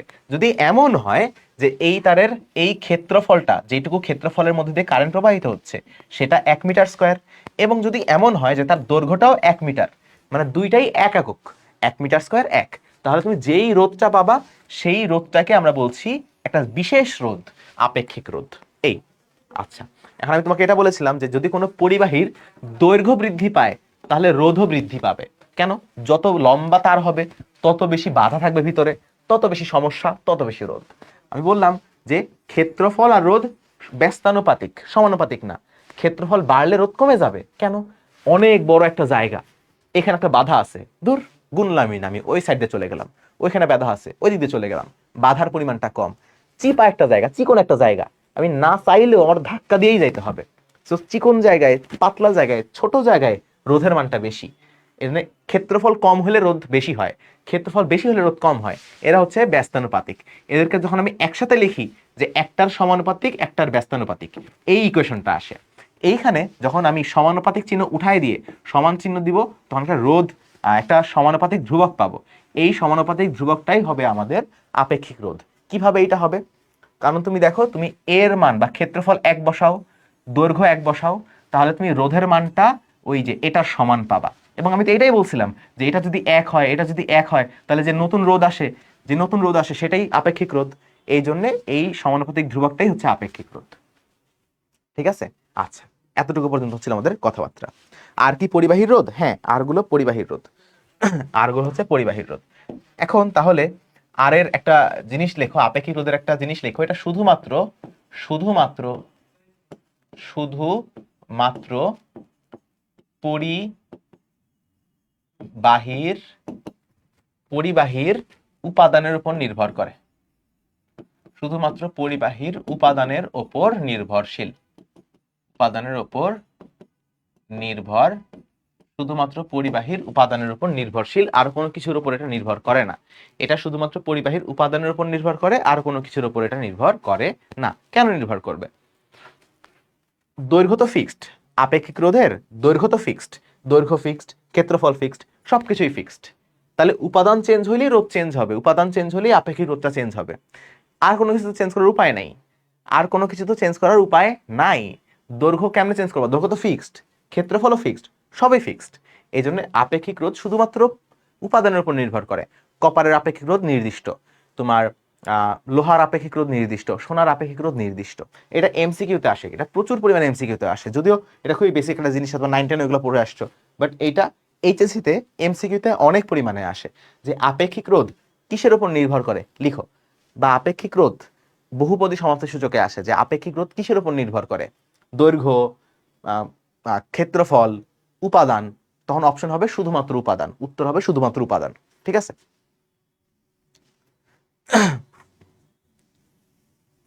আচ্ছা, এবার দেখো এই অঙ্কটা দেখো, এই অঙ্কটা দেখো। এই পরিবাহীতে আরো উপাদান, আচ্ছা দেখো এখানে একটা পরিবাহী দেওয়া আছে, এখানে এটা কি, এটা একটা পরিবাহী দেওয়া আছে, এটা একটা পরিবাহী, এটা একটা পরিবাহী দেওয়া আছে। ওকে, সো পরিবাহীটা শুরুতে ছিল এইটুকু, পরিবাহীটা শুরুতে এইটুকু ছিল। আমি বললাম এই পরিবাহীতে আরো উপাদান যুক্ত করে দৈর্ঘ্য 6 গুণ করা হইল। আরো উপাদান যুক্ত করে আমি এটার দৈর্ঘ্য করছি 6 গুণ। আগে যতটুকু তার ছিল সেই তারের সাথে আমি আরো অনেকগুলো উপাদান যোগ করছি, যোগ করে আগের যে দৈর্ঘ্য তার 6 গুণ আমি করছি। তাহলে এটা রোধ কত পার্সেন্ট বৃদ্ধি পাবে? কত পার্সেন্ট বৃদ্ধি পাবে? তাহলে আমরা কি দেখতাম? আমরা বলেছি যে আপেক্ষিক রোধ শুধুমাত্র উপাদানের উপর নির্ভর করে, আর কোনো কিছুর উপর নির্ভর করে না। সো কপারের উপাদান নির্দিষ্ট, তোমার লোহার উপাদান, লোহার আপেক্ষিক রোধ নির্দিষ্ট, সোনার আপেক্ষিক রোধ নির্দিষ্ট। সো আপেক্ষিক রোধ বা রো সবার জন্য কনস্ট্যান্ট থাকবে, তাই না? রো কখনো চেঞ্জ হবে না, রো থাকবে হলো কনস্ট্যান্ট। আচ্ছা, তাহলে এইটা আমি লম্বা করি, খাটো করি, চিকন করি, মোটা করি, বড় করি, ছোট করি, আমার আপেক্ষিক রোধ কি থাকবে? কনস্ট্যান্ট থাকবে। আচ্ছা, তো আপেক্ষিক রোধের ফর্মুলা কি ছিল? আপেক্ষিক রোধের ফর্মুলা কি ছিল? আর আপেক্ষিক রোধের ফর্মুলা কি ছিল? আর এ বাই এল, তাই না? আর এ বাই এল। আচ্ছা, এখন ধরে নাও শুরুতে এটার দৈর্ঘ্য ছিল L1, এরপরে এটার দৈর্ঘ্য হয়ে গেছে L2। আমাকে বলা আছে যে দৈর্ঘ্য আমি 6 গুণ করছি, নতুন যে দৈর্ঘ্যটা সেটা আগের দৈর্ঘ্যের 6 গুণ, নতুন দৈর্ঘ্যটা আগের দৈর্ঘ্যের 6 গুণ। তাহলে নতুন দৈর্ঘ্য হচ্ছে L2, L2 হচ্ছে আগের যে দৈর্ঘ্য ছিল L1, সেই L1 এর 6 গুণ, 6 টাইমস বিগার। তাহলে যদি 6 গুণ হয় তাহলে আমরা এভাবে বলতে পারি যে আগে এটার রোধ ছিল R1, পরবর্তীতে এটা রোধ হয়ে গেছে R2। ধরলাম আগে এইটুকু জায়গার রোধ ছিল R1, পরবর্তীতে যখন আমি এটাকে লম্বা করছি এটা রোধ বৃদ্ধি পাইছে, অবশ্যই বৃদ্ধি পেয়ে হবে R2, বৃদ্ধি পেয়ে হবে R2। প্রস্থচ্ছেদের ক্ষেত্রফল আগে যা ছিল এখনো তো তাই থাকবে, আগে ছিল A, এখনো থাকবে এটার A। কেন? কারণ আমি তো কোনো কিছুই করি নাই, খালি যেটা ছিল, যেইটুকু তার ছিল সেম টাইপের আমি আরেকটু তার এখানে যোগ করছি, নতুন করে যোগ করছি। সো প্রস্থচ্ছেদের ক্ষেত্রফল এখানে চেঞ্জ হবে না, প্রস্থচ্ছেদের ক্ষেত্রফলও এখানে চেঞ্জ হবে না, এখানে প্রস্থচ্ছেদের ক্ষেত্রফলও চেঞ্জ হবে না, এটা খেয়াল রেখো। এটা প্রস্থচ্ছেদের ক্ষেত্রফল চেঞ্জ হবে না, এখানে রো কনস্ট্যান্ট থাকবে, এখানে এ কনস্ট্যান্ট থাকবে, এখানে এ কনস্ট্যান্ট থাকবে, এখানে এও কনস্ট্যান্ট থাকবে। চেঞ্জ হবে কি? চেঞ্জ হবে শুধুমাত্র এল, চেঞ্জ হবে শুধুমাত্র এল। ঠিক আছে? আচ্ছা, তাহলে আমি একটা কাজ করতে পারি, আমি বলতে পারি যে এইটার রো, আগের রো এবং পরের রো সমান। So rho 1 equals to rho 2, আগেও রো যত থাকবে পরেও রো তত হবে। আচ্ছা, আগে রো ছিল R1, আগে ছিল A, এবং আগে দৈর্ঘ্য ছিল L1। আচ্ছা, রো 2 মানে নতুন আপেক্ষিক রোধ, নতুন রোধ হচ্ছে R2, নতুন রোধ হচ্ছে R2, নতুন ক্ষেত্রফলটা এই থাকবে, এবং নতুন দৈর্ঘ্য হবে L2, নতুন দৈর্ঘ্য হবে L2। এবং আমি এটা দেখলাম যে এ আর এ কেটে যাচ্ছে, আমার থাকতেছে R1 by L1 equals to R2 by L2। এখন L2 সমান সমান আমি দেখছি 6L, L2 সমান সমান আমি দেখেছি 6L, তাহলে এখানে আমি লিখতেছি 6L, কত L, কত L1। তাহলে L1 আর L1ও এখান থেকে কেটে যায়, আমার থাকে কত R1 equals to R2 by 6। আচ্ছা, আমার বের করতে হবে তো R2টা, নতুন রোধটা। তাহলে R2 সমান সমান 6টাকে নিয়ে আসে এই পাশে, ভাগ আছে এ পাশে এসে গুণ হয়ে যাবে। তাহলে 6R1, 6R1। তুমি এখান থেকে বলতে পারতেছো কি যে ভাই আমার নতুন যে রোধটা সেটা আগের রোধের 6 গুণ হয়ে গেছে। এখন তোমাকে বের করতে বলছে যে কত পার্সেন্ট বৃদ্ধি পাবে, তোমাকে বের করতে বলছে কত পার্সেন্ট বৃদ্ধি পাবে, তাই না? আচ্ছা, তাহলে আমরা এইটা এখান থেকে পাইলাম, এইটা এখান থেকে পাইছি। আমরা পার্সেন্ট বের করব। এখন পার্সেন্টের ক্ষেত্রে তোমরা ছোটবেলা থেকে একটা সতর্কীকরণ শুনে আসছো যে 6 গুণ হয় আর 6 গুণ বৃদ্ধি পায়, দুটো আলাদা কথা। তোমাকে এখানে বলছে কত পার্সেন্ট বৃদ্ধি পাবে, কত পার্সেন্ট বৃদ্ধি পাবে। তো তোমাকে কতটুকু চেঞ্জ হয়েছে ওই চেঞ্জটা হিসাব করতে হবে। সো বৃদ্ধি কতটুকু, বৃদ্ধি বৃদ্ধি কতটুকু, বৃদ্ধি কতটুকু, 6R1 হয়ে গেছে, আগে ছিল শুধু R1, তাহলে বৃদ্ধি পাইছে 5R1, বৃদ্ধি পাইছে 5R1। ওকে, আচ্ছা, তাহলে শতাংশে বৃদ্ধি কত, বা আমি এটাকে এভাবে বলতে পারি 5R1 তো, তাহলে শতকরা, শতকরা বৃদ্ধি, শতকরা বৃদ্ধি কেমনে হিসাব করে শতকরা বৃদ্ধি? নতুন রোধ মানে পরিবর্তন ডিভাইডেড বাই আগে যত ছিল সেইটা। তাহলে 5R1 ডিভাইড বাই R1, পরিবর্তন ডিভাইডেড বাই পূর্বের রোধ ইন্টু 100%। তাহলে এটা কত আসবে এখান থেকে দেখো তো, এটা আসবে, এটা কাটা, তাহলে 500%। আমার 500% বৃদ্ধি পাবে, আমার এটা 500% বৃদ্ধি পাবে। সো এটার অ্যান্সার হচ্ছে 500%, এটার অ্যান্সার হচ্ছে 500%। যদি বলতো, যদি বলতো রোধ কত পার্সেন্ট হবে, নতুন রোধ কত পার্সেন্ট হবে, ধরো এটা ছিল প্রশ্ন যে রোধ হচ্ছে কত পার্সেন্ট হবে, রোধ কত পার্সেন্ট হবে, তাহলে আমরা কি করতাম, আমরা তখন এই পরিবর্তনটা নিতাম না, আমরা নতুন রোধটা নিতাম। আমরা নিতাম 6R1 divided by R1 into 100%। তখন R1 কেটে আমার অ্যান্সার আসতো 600%। ঠিক আছে, এটা একটু খেয়াল রাখো, এইটা খেয়াল রাখবা যে তোমাকে বৃদ্ধি বলছে নাকি তোমাকে নতুন রোধটা জিজ্ঞেস করছে।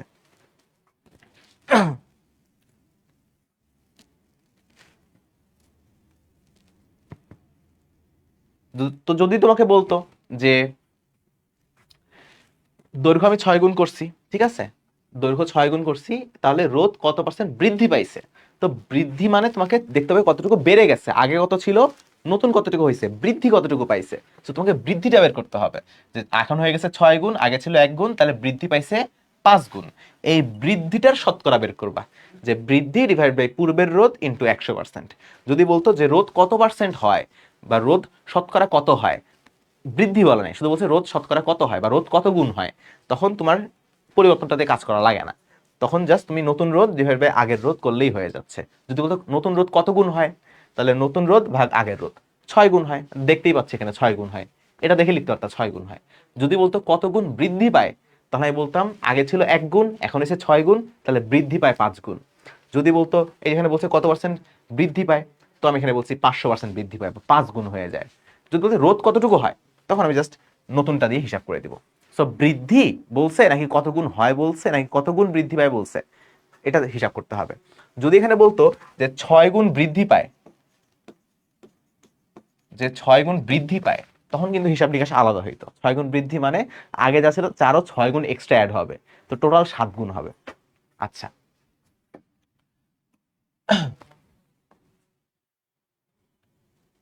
এবার বুঝছো? এগেইন আবার আরেকবার একটু, আবার না, আবার না, আচ্ছা এটা বুঝো নাই না, দেখো কথা হচ্ছে, দেখো আমি একবার বলবো, আচ্ছা আমি একবার বলবো, এবার দেখো এটা মনোযোগ দিয়ে দেখবা। তোমাকে বলছে যে আগের যে দৈর্ঘ্য, এই কথাগুলোর অর্থ খেয়াল করবা। যে দৈর্ঘ্য, তোমাকে বলছো দৈর্ঘ্য 6 গুণ হয়, আবার তোমাকে বলছে যে দৈর্ঘ্য, দৈর্ঘ্য 6 গুণ বৃদ্ধি হয়। এই দুইটা কথার অর্থ কি? মানে আগে ছিল ধরো L1, 6 গুণ হয়, কথাটার অর্থ হচ্ছে আগের দৈর্ঘ্যের 6 গুণ দৈর্ঘ্যটা এখন। আগে যদি L1 থাকতো, এখন আছে 6L1, এবং তোমাকে বলছে 6 গুণ বৃদ্ধি হয়, তাহলে আগে যদি হয় L1, তাহলে L1 তো থাকবে, তার সাথে 6 গুণ বৃদ্ধি হবে L1 এর, তাহলে এটা টোটাল কত হবে 7L1। এইভাবে হিসাব করতে হবে। তারপরে যেমন আমি রোধের ক্ষেত্রে যেটা দেখাইলাম যে কত গুণ বৃদ্ধি পায়, হ্যাঁ, যেমন তোমাকে যদি বলে যে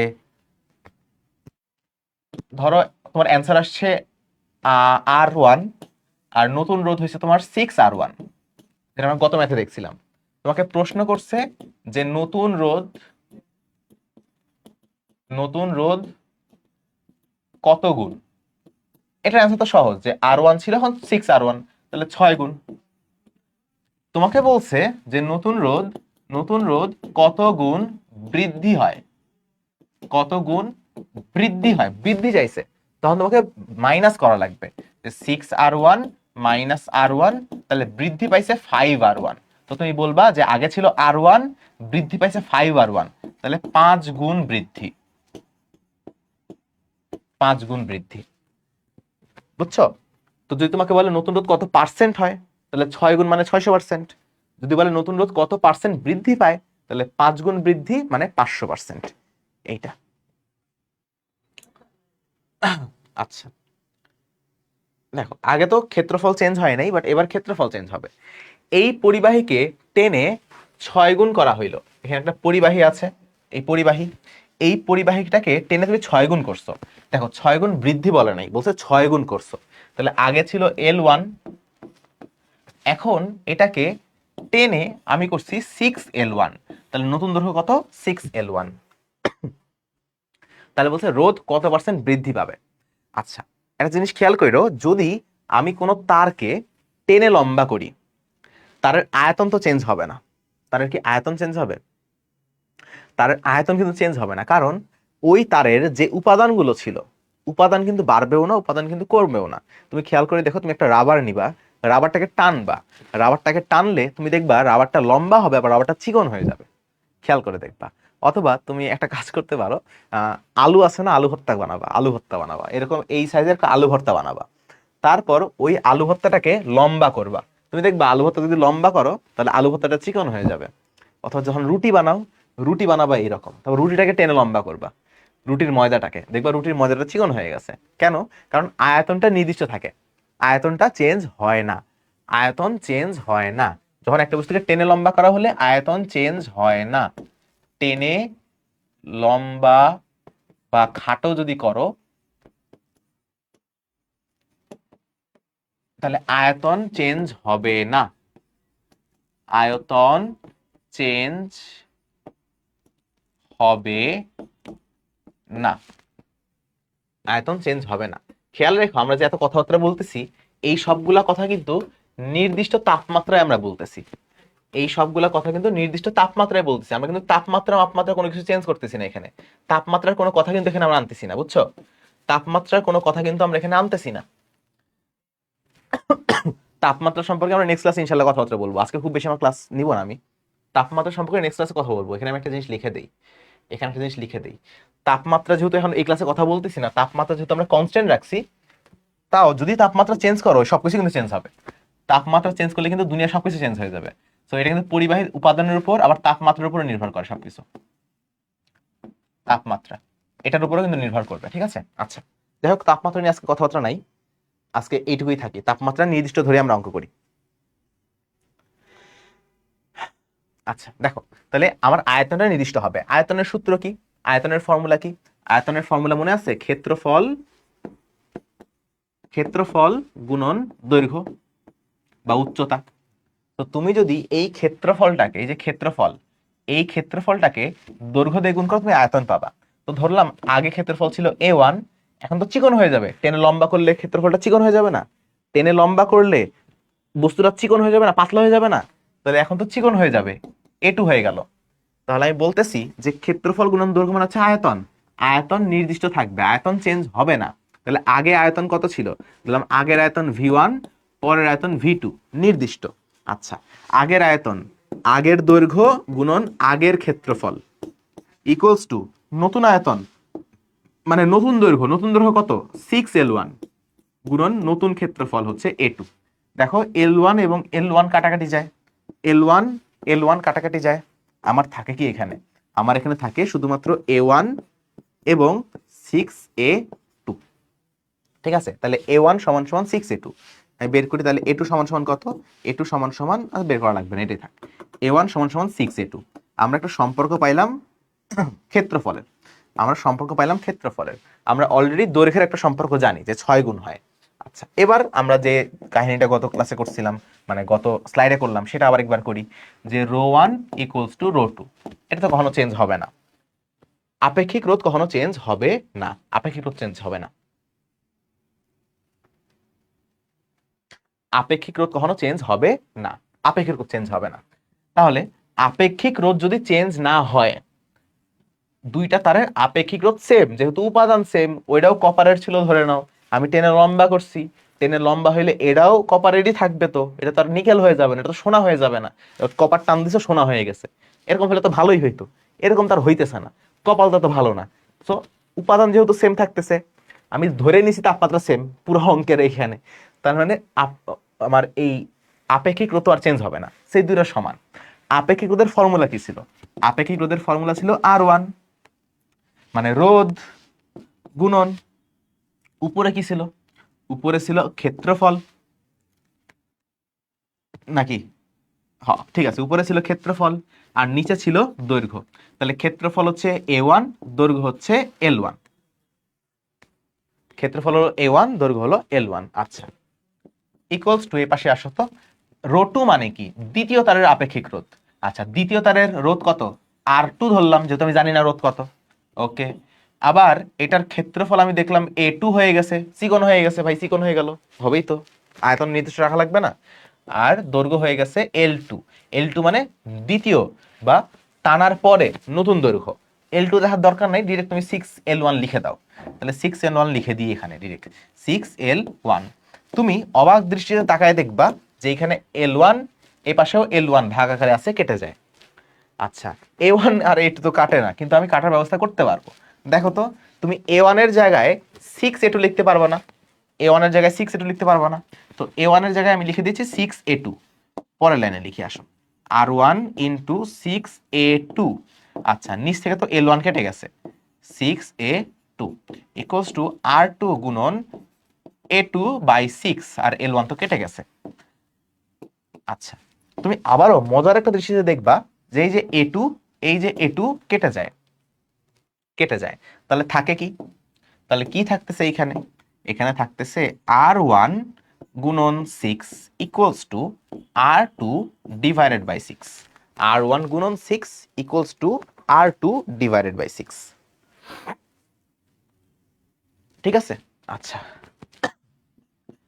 ওকে, তাহলে R1 into 6 equal R2 divided by 6, আমার তো নতুন রোধটা লাগবে, R2 লাগবে, দ্বিতীয় রোধটা লাগবে, টানার পরে কতটুকু হয়েছে, R2 কতটুকু লাগবে, তাহলে R2 সমান সমান 6টাকে বেশি পার করে দাও, তাহলে 6 স্কয়ার ইন্টু R, বা তুমি বলতে পারো এটা একবারে কত হচ্ছে, R2 সমান সমান 36R1, 36R1, এখানে একটা R1 হবে তাই না, R1।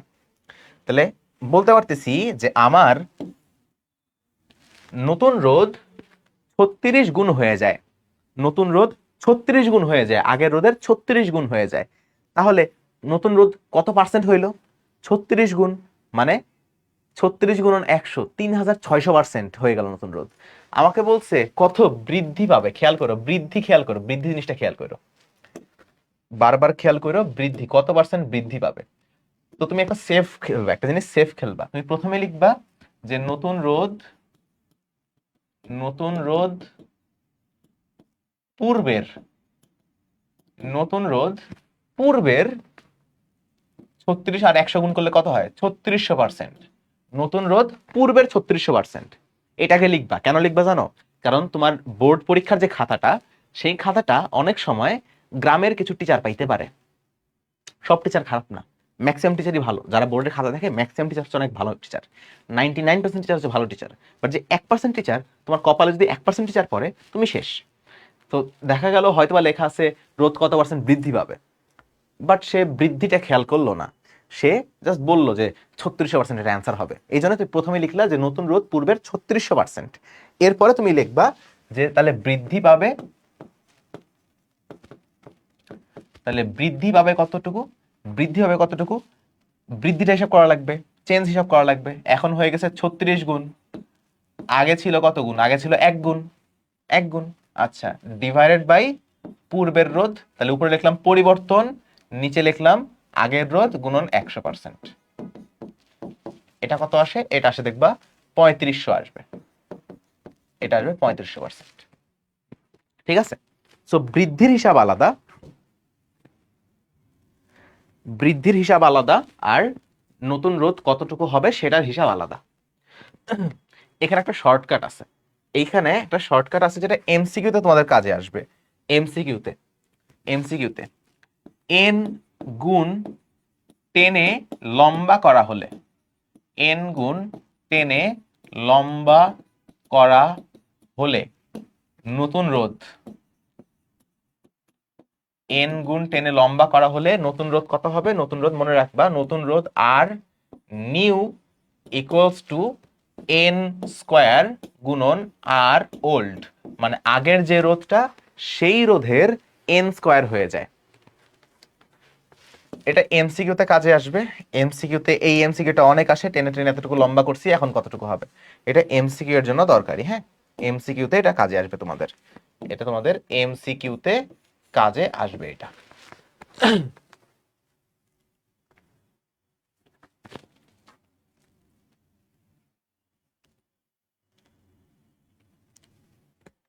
বুঝছো, যদি তুমি এন গুণ 10 লম্বা করে দাও তাহলে যে নতুন রোধটা হবে তোমার, আসলে এটা যদি পরীক্ষার খাতায় আসে তুমি তো বের করতে পারবা যে হ্যাঁ নতুন রোধটা 36 গুণ হইলো। 36 গুণ মানে কত, 36 গুণ মানে 36 গুণন 100%, 3600% হয়ে গেছে আমার। আচ্ছা, বৃদ্ধি কতটুকু, তুমি আসলে এটা না করে লিখতে পারবা। দেখো আমি সহজ কথা বলে দেই, বৃদ্ধি যদি বলে তাহলে 100% কম হয়, যদি বলে বৃদ্ধি কতটুকু তাহলে 100% কম হয়। তাহলে 36 গুণ হয়েছে মানে 3600% নতুন রোধ, তাহলে বৃদ্ধি কতটুকু, 3600 থেকে 100 মাইনাস করো, 3500%, শেষ, 3500%। আচ্ছা, তো তুমি এটা এভাবে বের করে ফেলতে পারতা। দেখো এখানেও দেখো কত গুণ করছে, 6 গুণ করছে, তাহলে 6 স্কোয়ার করো 36, এই দেখো 36 গুণন R1। আচ্ছা, এই অঙ্কটা দেখো তো, একটি পরিবাহী তারকে বল প্রয়োগ করে সংকুচিত করা হলো এবং এর দৈর্ঘ্য অর্ধেক হয়ে গেল। একটা পরিবাহী তার আছে, সেখানে বল প্রয়োগ করে আমি এটাকে সংকুচিত করছি, বল প্রয়োগ করে আগে লম্বা করছিলাম, এবার আমি করছি সংকুচিত। আচ্ছা, এবং এর দৈর্ঘ্য অর্ধেক হয়ে গেল। বল প্রয়োগ করে সংকুচিত করার কারণে দৈর্ঘ্য কি হয়ে গেছে, অর্ধেক হয়ে গেছে, অর্ধেকই তো হবে, কমে যাবে কারণ সংকুচিত করছি। তাহলে নতুন রোধটা কত, এখানে কিন্তু বৃদ্ধি বৃদ্ধি চায় নাই, বলছে নতুন রোধটা কত হবে, নতুন রোধটা কত হবে মানে কত গুণ হবে, জাস্ট এটাই।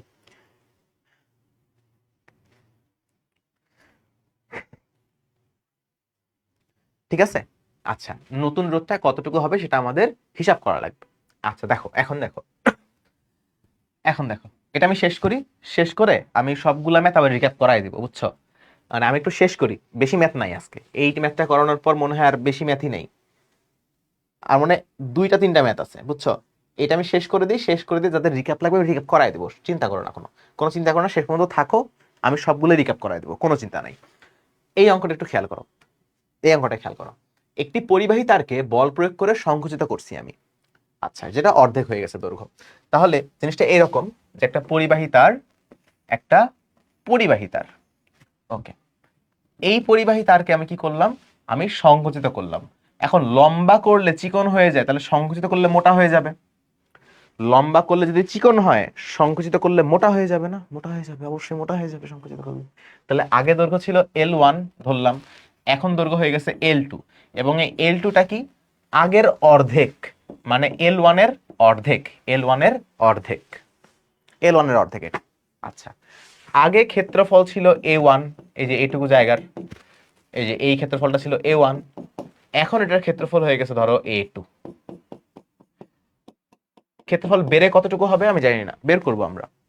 আমি তো জানি যে আয়তনটা নির্দিষ্ট থাকবে, আয়তনটা কখনো চেঞ্জ হবে না, আয়তন চেঞ্জ হবে না, আর আপেক্ষিক রোধ চেঞ্জ হবে না, যেহেতু তাপমাত্রা চেঞ্জ হচ্ছে না।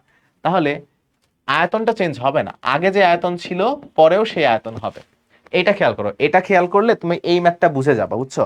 এই যে এই ম্যাথটা বুঝে যাবা, যারা এটা বুঝো নাই এই ম্যাথটা খেয়াল করো, একই ম্যাথ, আগে ছিল বৃদ্ধি করছি এখন অর্ধেক করছি, একই ম্যাথ, খেয়াল করে বুঝে যাবা। তাহলে আয়তন, আয়তন কিভাবে পাওয়া যায়? ক্ষেত্রফল আর দৈর্ঘ্য গুণ করলে আয়তন পাওয়া যায়। ক্ষেত্রফল আর দৈর্ঘ্য গুণ করলে আয়তন পাওয়া যায়। পড়ছো এটা 9-10-এ? ক্ষেত্রফল আর আয়তন গুণ করলে, ক্ষেত্রফল আর দৈর্ঘ্য গুণ করলে আয়তন পাওয়া যায়। তাহলে ক্ষেত্রফল হচ্ছে a1, দৈর্ঘ্য হচ্ছে l1। নতুন ক্ষেত্র, নতুন আয়তনটা কত? নতুন আয়তন, নতুন আয়তন হবে নতুন ক্ষেত্রফল গুণন নতুন দৈর্ঘ্য। আচ্ছা, a1 নিয়ে আমি কিছু জানি না, আমি লিখলাম না কিছু। l1 নিয়ে আর a2 নিয়ে, a1 নিয়ে আমি কিছু জানি না। আচ্ছা, a2 নিয়েও কিছু জানি না, লিখলাম না কিছু। আচ্ছা, l2 নিয়ে জানি যে l2 হচ্ছে l1 এর অর্ধেক, আগের দৈর্ঘ্যের অর্ধেক, আগের দৈর্ঘ্যকে 2 দিয়ে ভাগ করলে নতুন দৈর্ঘ্যটা পাওয়া যাবে, অর্ধেক করে দিছি আমি। আচ্ছা, তাহলে মজার বিষয় এখানে কাটাকাটি যাবে কোনটা কোনটা, এই যে L1 আর L1 কাটাকাটি যাবে, এভাবে কাটলে মনে করবে ভুল করছিলাম, এই যে L1 আর L1 কাটাকাটি যাবে। আচ্ছা, তাহলে আমার থাকতেছে কি A1 সমান সমান A2/2। একটু সৌন্দর্যের জন্য আমি লিখতে পারি এভাবে যে A2 সমান সমান, এটাকে গুণ করে দিতে পারি যে 2A1, আমি এভাবে লিখতে পারি আসলে।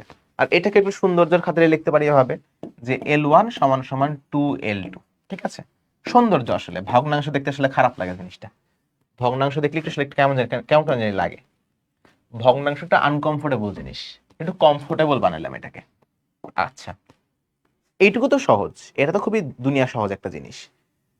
এখন এখন জিনিসটা হচ্ছে আমার আপেক্ষিক রোধও তো চেঞ্জ হবে না, আপেক্ষিক রোধও তো সেম থাকবে দুই ক্ষেত্রে। রোধের ফর্মুলা কি?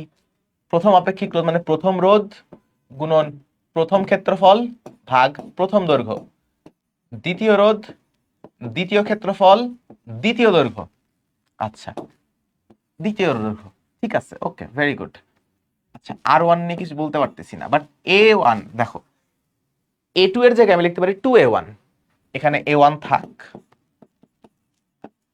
A2 এর জায়গায় আমি লিখতে পারি, A2 এর জায়গায় আমি লিখতে পারি 2A1, তাহলে 2A1। আচ্ছা, আবার L1 এর জায়গায় লিখতে পারি 2L2, L1 এর জায়গায় লিখতে পারি 2L2, আর এখানে তো L2 আছেই।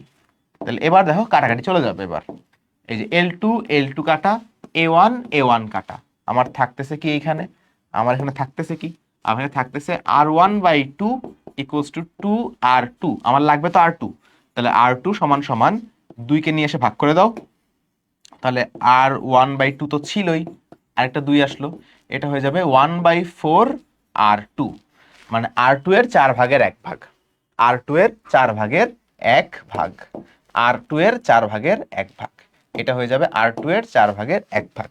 যদি এমসিকিউতে আসতো, যদি এমসিকিউতে আসতো, আমি এখানে বলেছিলাম না যে n গুণ টেনে লম্বা করলে, তুমি টেনে n গুণ করলা, লম্বা লেখার দরকার নেই, ধরো তুমি n গুণ করলা, n গুণ করা হলো, দৈর্ঘ্য n গুণ করা হইলো, হ্যাঁ, দৈর্ঘ্য n গুণ করা হলো, এটা লিখো তাহলে বুঝতে সুবিধা। তোমাকে বললো যে দৈর্ঘ্য যদি n গুণ করা হয় তাহলে নতুন রোধ এইটা হবে। আচ্ছা, এখানে দৈর্ঘ্য কত গুণ করছে?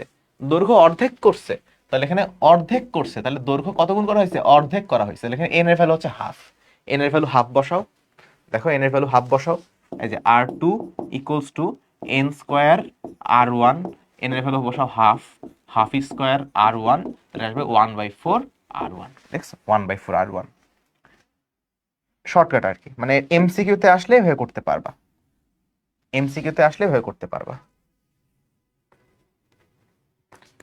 ভাইয়া R1 হবে না, R1 হবে, এটা তো বুঝতেই পারতেছো R1 হবে, এই যে R1।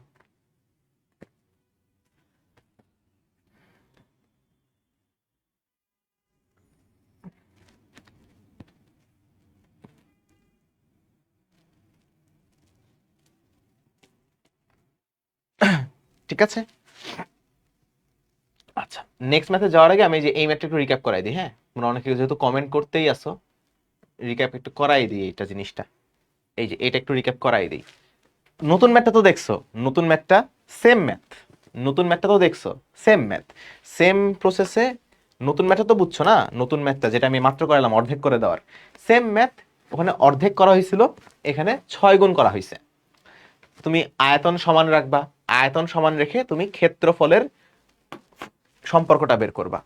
এরপরে তুমি আপেক্ষিক রোধটা সমান রাখবা, আপেক্ষিক রোধ সমান করে ফর্মুলাতে লিখে হিসাব নিকাশ করবা, এই সম্পর্কটা এখানে ইনপুট দিবা, দিয়ে দেখবা সব কাটাকাটি চলে যাবে, কাটাকাটি চলে শুধুমাত্র R1 আর R2 থাকবে। এখান থেকে হিসাব করে তুমি শুধু এই R2 এর মানটা বের করবা, যে R2 এর মানটা কত আসে।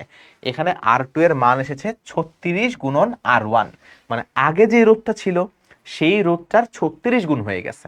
তোমাকে ধরো প্রশ্ন করলো যে নতুন রোধ কত গুণ হবে, তুমি দেখতেছো যে নতুন রোধটা 36 গুণ হবে। তোমাকে ধর জিজ্ঞেস করলো যে নতুন রোধ কত গুণ বৃদ্ধি পাবে, তাহলে আগে থেকে তো R1 ছিলই, এখন হয়ে গেছে 36 R1, তাহলে বৃদ্ধি পাইছে কতটুকু? 35 R1 না?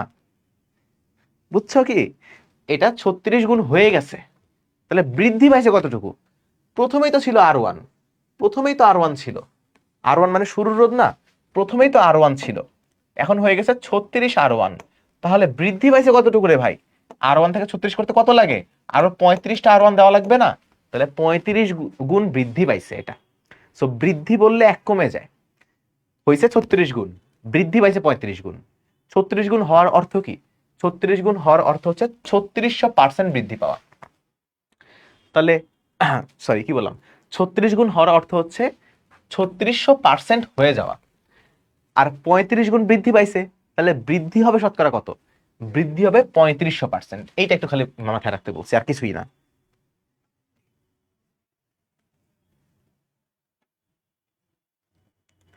তার মানে উপাদান যোগ করে লম্বা করা আর টেনে লম্বা করা আলাদা জিনিস। হ্যাঁ, তুমি যদি উপাদান যোগ করো তাহলে তোমার এই জিনিসটা চেঞ্জ হয় না, উপাদান যোগ করলে ক্ষেত্রফলটা চেঞ্জ হয় না, কিন্তু টেনে লম্বা করলে ক্ষেত্রফলটা চেঞ্জ হয়ে যায়।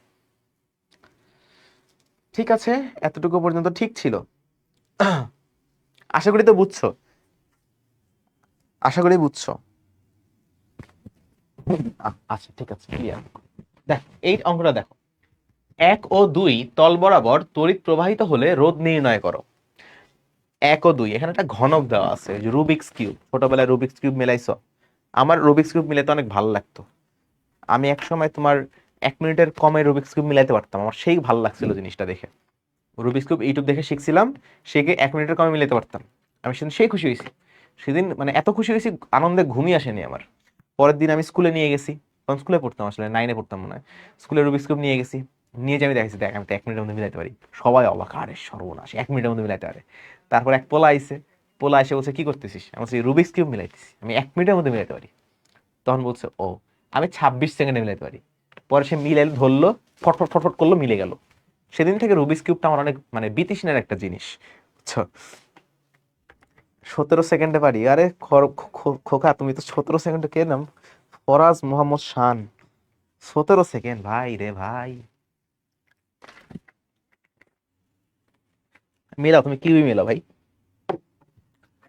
কাদের সাথে কি বলতে আসছি, তোমাদের সাথে ফাপড় মারবো ভাবলাম, তুমি 17 সেকেন্ড মিলাও। দেখো এটা কিউবের মতো একটা জিনিস, ঘনক, এটা একটা ঘনক। ঘনক কখন হবে? যদি এটার দৈর্ঘ্য, প্রস্থ, উচ্চতা, এভরিথিং, এই যে এটা হচ্ছে দৈর্ঘ্য, প্রস্থ, উচ্চতা, সবকিছুর মানে যদি সেম হয়, তাই তো? আচ্ছা, আনফরচুনেটলি এটা ঘনক না, এটা ঘনক না। এটার যেটা দৈর্ঘ্য, যেটা এটার দৈর্ঘ্যের মান হচ্ছে বি, প্রস্থের মান হচ্ছে এ, আর উচ্চতার মান হচ্ছে সি। সো আনফরচুনেটলি এটা ঘনক না। হতে পারে যদি এ বি আর সি এর মানটা সমান হয়ে যায় কখনো, মানে সবই সমান, তখন ঘনক হইতে পারে, বাট এখন তো আর ঘনক না এটা। আচ্ছা, হতে পারে নাও হতে পারে, হু কেয়ার্স। আমাকে বলছে 1 ও 2 তল বরাবর তড়িৎ প্রবাহিত হইলে রোধ বের করো। খেয়াল করো তো, তলের নাম্বারিং করা আছে। এই যে উপরের যে তলটা, এই তলটাকে বলা হচ্ছে 1 নাম্বার তল, এই তলটাকে বলা হচ্ছে 1 নাম্বার তল। মানে যে বাক্স, বাক্সের উপরের যে ঢাকনাটা, উপরের যে তলটা, এটাকে বলা হচ্ছে 1 নাম্বার তল। আর একদম তলের যে তলটা আছে ওটাকে বলা হচ্ছে 2 নাম্বার তল। এই যে একদম তলে যে তলটা আছে, একদম তলে যে তলটা আছে, এটা হচ্ছে আমাদের 2 নাম্বার তল। ঠিক আছে? তো উপরেরটা আর তলেরটা, এদের মধ্যে দিয়ে কারেন্ট যাচ্ছে। দেখো 1 আর এই যে 2 এর মধ্যে দিয়ে কারেন্ট যাবে। সো এগুলো আমার ক্ষেত্রফল চিন্তা করে কারেন্ট যাবে। সো এটার মধ্যে কারেন্ট ঢুকতেছে, এটার মধ্যে কারেন্ট ঢুকতেছে, এটার মধ্যে কারেন্ট ঢুকতেছে, এবং এই তল দেবের হচ্ছে, এই যে তল দেবের হচ্ছে, অ্যারো চিহ্ন দেওয়া আছে। তোমাকে বলছে এটার প্রবাহিত যদি হয় তাহলে রোধের মান কত হবে। আচ্ছা, তো বুঝছো? তো তুমি কিন্তু এই ক্ষেত্রফল আবার নিবা না, এই ক্ষেত্রফল নিবা না, অন্য কোনো ক্ষেত্রফল নিবা না। যেদিক দিয়ে কারেন্ট ঢুকতেছে আর যেদিক দিয়ে কারেন্ট বের হচ্ছে সেই জায়গাটা তুমি ক্ষেত্রফলটা নিবা। ওকে, আসো ক্ষেত্রফল আমরা নেই, তাহলে কি হয় দেখি।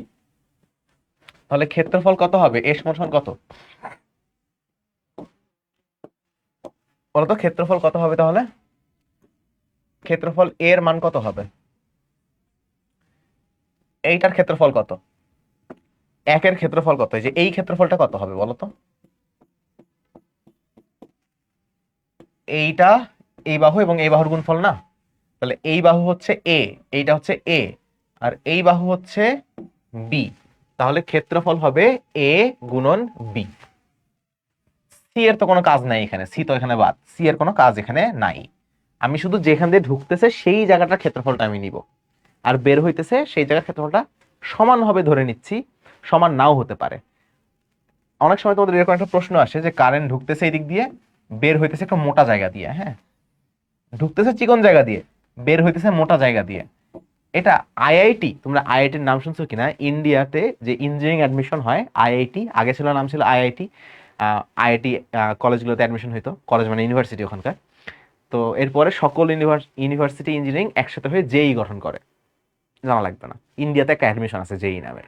সো ইন্ডিয়ার অ্যাডমিশনগুলোতে এটা অনেক গুরুত্বপূর্ণ একটা জিনিস, মজার একটা জিনিস, অনেক সময় পরীক্ষায় আসে, বাট আমাদের আসে না। সো আমি রাখি না এটা, তোমাদের অনেকে পড়ায়, বুঝছো? বিভিন্ন জায়গায় তুমি এটা পাবা যে ঢুকার ক্ষেত্রফল একরকম, বের হওয়ার ক্ষেত্রফল আবার আরেক রকম। বাট এটা কখনো পড়ার দরকার নেই, কারণ এটা কখনো পরীক্ষায় আসবে না। হুদাই শুধু ব্রেনকে প্রেশার দেওয়া, বইও নাই এটা তোমাদের, সো এটা বড়ারও দরকার নেই। যেদিক দিয়ে ঢুকবে সমান ক্ষেত্রফল দিয়েই বের হবে। তো এখানকার যে ক্ষেত্রফল, এই নিচের ক্ষেত্রফলটা তো সমানই হবে, তাই না? সমানই হবে। ইউজুয়ালি আমরা যে তারগুলো তৈরি করি, কারেন্টের যে তারগুলো, পরিবাহীগুলো, সেগুলো এরকমই হয় যে ঢুকার ক্ষেত্রফল বের হওয়ার ক্ষেত্রফল সমান থাকে। আচ্ছা, তাহলে তাহলে আমার ক্ষেত্রফল হচ্ছে এবি। আর কত? এখানে তো কোনো কিছু বলা নাই, আমি ধরে নিচ্ছি এটা আপেক্ষিক রোধ হচ্ছে রো। আচ্ছা, এ ডিভাইড বাই এল। আচ্ছা, এল জিনিসটা কোনটা? এল মানে হচ্ছে দৈর্ঘ্য, তাই না? আমি বসাই দেই, আগে এ বসাই দেই। এ হচ্ছে এবি, মানে ক্ষেত্রফল হচ্ছে এবি। এল কোনটা? এল হচ্ছে দৈর্ঘ্য, যে সে যে ঢুকলো, ঢুকার পর সে কতটুকু পথ অতিক্রম করে বের হইলো। তাহলে দেখো, সে এই ক্ষেত্রফল দিয়ে ঢুকছে, তারপরে এই ক্ষেত্রফল দিয়ে বের হইছে, তাহলে সে কতটুকু পথ অতিক্রম করছে? এই যে মাঝখানে এই যে সি পরিমাণ পথ অতিক্রম করছে, দেখছো? সি পরিমাণ পথ অতিক্রম করছে এখানে, কাজে এইখানে দৈর্ঘ্যটা হচ্ছে সি। তাহলে আমার আর কত হবে? Rho AB by C. এই অঙ্কটা করানো জাস্ট এটা বোঝানোর জন্য যে কোন ক্ষেত্রফলটা নিতে হয় আর দৈর্ঘ্য কোনটা নিতে হয়। তার তো দেখেই বোঝা যায়, বাট ঘনক টনক হলে দেখে অনেক সময় বোঝা যায় না, এই জন্য এটা দেওয়া। ভুল লেখছি? ভুল হয়েছে কোথায়? এ বি সি, ও নাকি? ঠিকই তো আছে, কোথায় ভুল লিখছি বাবা ভাইয়া? ভুল কোথায় লিখেছি বলো? এ 1 ও 2 তল বরাবর তড়িৎ প্রবাহিত হচ্ছে, 1 ও 2 তল বরাবর তড়িৎ প্রবাহিত হচ্ছে, ঠিকই তো আছে। সূত্র ভুল হয়েছে, রো এ বাই এল। ও আচ্ছা আচ্ছা আচ্ছা আচ্ছা আচ্ছা আচ্ছা, ঠিক আছে, বুঝতে পেরেছি। রো এল বাই এ হবে, ঠিকই আছে। রো এর একক তো ওহম মিটার, তাহলে এখানে হবে মিটার, এখানে হবে মিটার স্কোয়ার, তাহলে মিটার স্কোয়ার আর 2টা মিটার কাটা থাকবে ওহম, যেটা হচ্ছে আর। ঠিক আছে, হ্যাঁ ঠিক আছে, বুঝতে পেরেছি। ঠিক আছে, মাইন নেই কারণ এটা বুঝতে পেরেছি। তাহলে উপরে হচ্ছে এল, এল কত? এল হচ্ছে সি, আর নিচে হচ্ছে এ বি। ওকে, এই হচ্ছে। আচ্ছা ঠিক আছে, এগুলো তো আসলে minor mistake, these are some minor mistakes, যেগুলো আসলে বুঝায় যায় যে ভুলে। A slip of pen, slip of tongue মানে তো মুখ ফসকে বলা, কলম ফসকে লেখাকে কি বলে? এ স্লিপ অফ পেন বলা যেতে পারে। আচ্ছা, এখন যদি তলটা চেঞ্জ করে দিত, যদি তোমাকে এই তল না দিয়ে যদি এরকম একটা তল দিত, যে এরকম একটা তল, তোমাকে বলছে 3 ও 4 তল বরাবর তড়িৎ প্রবাহিত হইলে রোধ কত হবে? 3 ও 4, 3 ও 4 তল বরাবর তড়িৎ প্রবাহিত হলে রোধ কতটুকু হবে? সো এই তল একটা আছে, এটা একটা তল, সো 3 নাম্বার তল দিয়ে সে ঢুকতেছে, 3 নাম্বার তল দিয়ে সে ঢুকবে, এবং সে 4 নাম্বার তল দিয়ে বের হবে, সে 4 নাম্বার তল দিয়ে বের হবে। আচ্ছা, তাহলে ক্ষেত্রফল আমি নিব কোনটা?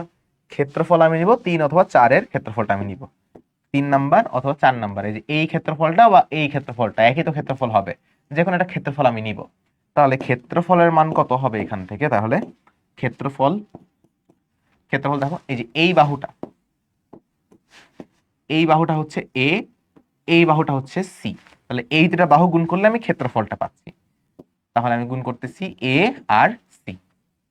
আচ্ছা, আর দৈর্ঘ্য কতটুকু হচ্ছে? দৈর্ঘ্য এখানে দৈর্ঘ্য সে এই দিক দিয়ে ঢুকলো, এই দিক দিয়ে বের হলো, তাহলে অতিক্রম করলো এইটুকু দূরত্ব না? এটা হচ্ছে এল, এটা হচ্ছে এল, আর এটা কোন কালি আসলো? আচ্ছা, এইটা হচ্ছে এল, এল এর মান হচ্ছে বি, কাজে এটা হচ্ছে বি। কাজেই আমরা যেটা গত স্লাইডে ভুল লিখেছিলাম সেটা আবার শুদ্ধ করে লিখি, রো এল বাই এ। তাহলে এল এর মান কত? এল এর মান হচ্ছে বি, আর এর মান কত? এর মান হবে এসি। এটা হবে আমার রোধের মান, এটা হবে আমার রোধের মান। শেষ করেন স্যার।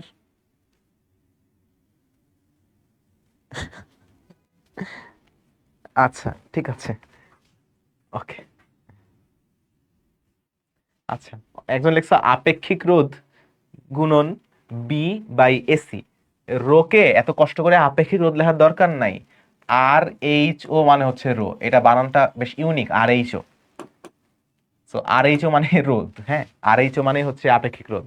রো এর উচ্চারণ কিন্তু আর এমন না, অনেকে মনে করে রো মানে আর ও ডাব্লু, আর ও ডাব্লু না রে, রো এর বানান হচ্ছে আর এইচ ও, রো।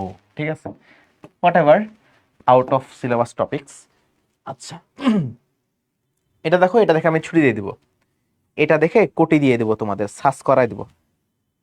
প্রমিত দা বলছে বাই কিউট দেন, এ বলতেছে সার্চ করায় দেন, এ বলতেছে কোটি দেন। সবই দিব আমি, কোটিও দিয়ে দিব, স্যুটও দিয়ে দিব, প্যান্টও দিয়ে দিব, জামাও দিয়ে দিব, সবই দিয়ে দিব, স্যান্ডেলও দিয়ে দেবো গলায় ঝুলায়। দেখো, সিলিন্ডারের ভেতরের ব্যাসার্ধ R1, বাইরের ব্যাসার্ধ R2 এবং দৈর্ঘ্য L, তাহলে রোধ নির্ণয় করো। আচ্ছা, একটা সিলিন্ডার আছে, সিলিন্ডার বুঝো? বাসায় গ্যাসের সিলিন্ডার পাওয়া যায়, হ্যাঁ, সিলিন্ডার। সিলিন্ডার মানে হচ্ছে লম্বা গোল তার আছে না, তারটাই একটা সিলিন্ডার, এটাকে বড় করে আগাইছে আর কি, যে এই পাশে দুইটা গোল্লা, মাঝখানে লম্বা, এটা হচ্ছে সিলিন্ডার, পাইপ আর কি, পাইপ, হ্যাঁ। আচ্ছা, এটার বাইরের ব্যাসার্ধ হচ্ছে R1, ভেতরের ব্যাসার্ধ হচ্ছে R2। বুঝলাম না ব্যাসার্ধ দুইটা কেমন হয়?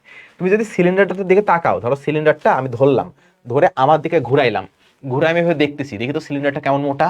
তুমি দেখবা সিলিন্ডারটা পুরো, সিলিন্ডারটা এরকম মোটা, এইটুকু জায়গা হচ্ছে লোহা, লোহা হইতে পারে, কপার হইতে পারে, যে কোনো কিছু হইতে পারে, আর মাঝখানে হইতেছে ফাঁকা, মাঝখানে হইতেছে ফাঁকা। তো তোমাকে বলছে যে বাইরের ব্যাসার্ধ R1, মানে কেন্দ্র থেকে বাইরের যে ব্যাসার্ধ সেটা হচ্ছে, বাইরের ব্যাসার্ধ R2, তাই না? বাইরের ব্যাসার্ধ R2 এবং ভেতরের ব্যাসার্ধ R1, ভেতরের ব্যাসার্ধ R1। তো ভেতরের যে ব্যাসার্ধ, ভেতরের ব্যাসার্ধ হচ্ছে R1 এবং এটা দৈর্ঘ্য হচ্ছে L, তাহলে রোধ নির্ণয় করো। এটার দৈর্ঘ্য হচ্ছে L, তাহলে রোধ নির্ণয় করো। আচ্ছা, প্রথমত যেটা তোমার কাছে প্রশ্ন, যে তড়িৎ কি কখনো ফাঁকা জায়গা দিয়ে পরিবাহিত হইতে পারে নাকি? তড়িৎ কিন্তু ফাঁকা জায়গা থেকে পরিবাহিত হইতে পারে না। তড়িৎ প্রবাহ কতক্ষণ? এটা লাস্ট ম্যাথ আমার। আচ্ছা ঠিক আছে, তাহলে তড়িৎ প্রবাহ কিন্তু ফাঁকা জায়গা দিয়ে হতে পারে না। তড়িৎ প্রবাহ ফাঁকা জায়গা দিয়ে কিন্তু হতে পারে না, এই জন্য কিন্তু তারের মধ্যে দিয়ে কারেন্ট যায়, আকাশ বাতাসে কারেন্ট যায় না। হ্যাঁ, সেটা আলাদা হিসাব। এখন যদি হাই ভোল্টেজ হয়ে যায়, বজ্রপাত হইতেছে, হাজার হাজার ভোল্টেজ, ওটা আলাদা হিসাব, আমরা ওই দিকে যাইতেছি না। আমাদের বাসা বাড়িতে আমরা 220 ভোল্ট, 110 ভোল্ট, 430 ভোল্ট এগুলো ইউজ করি, ইজিলি 220 ভোল্ট ইউজ করি, 210 ভোল্ট ইউজ করি। তো আমরা হাজার হাজার ভোল্টেজ যাচ্ছি না, নর্মাল অবস্থায় চিন্তা করো। আকাশ বাতাস দিয়ে কিন্তু তড়িৎ প্রবাহিত হয় না, তড়িৎ প্রবাহিত হয় পরিবাহীর মধ্যে দিয়ে। কাজে এখানে পরিবাহী আছে কোন জায়গায়? এখানে তো মাঝখানে পরিবাহী নাই, মাঝখানে তো ফাঁকা, মাঝখানে ফাঁকা জায়গা, এটা ফাঁকা জায়গা, শুধু এই সাইডের এইটুকু জায়গার মধ্যে পরিবাহী আছে, হতে পারে কপার, বড় লোক যদি হয়, ধরো বিল গেটসের বাসায় খোঁজ চালালে হয়তো সোনাও পাওয়া যেতে পারে। তো তড়িৎ প্রবাহিত হবে কিন্তু এই বাইরের এই জায়গাটা দিয়ে, যেখানে লোহা আছে বা যেখানে পরিবাহী আছে, মাঝখানে কিন্তু কোনো তড়িৎ প্রবাহিত হবে না। কাজেই তুমি যখন ক্ষেত্রফল হিসাব করবা, ক্ষেত্রফল মানে কোনটা? যেইটুকু জায়গার মধ্যে দিয়ে তড়িৎ প্রবাহিত হচ্ছে সেইটুকু জায়গার ক্ষেত্রফল। যেইটুকু জায়গার মধ্যে তড়িৎ প্রবাহিত হচ্ছে।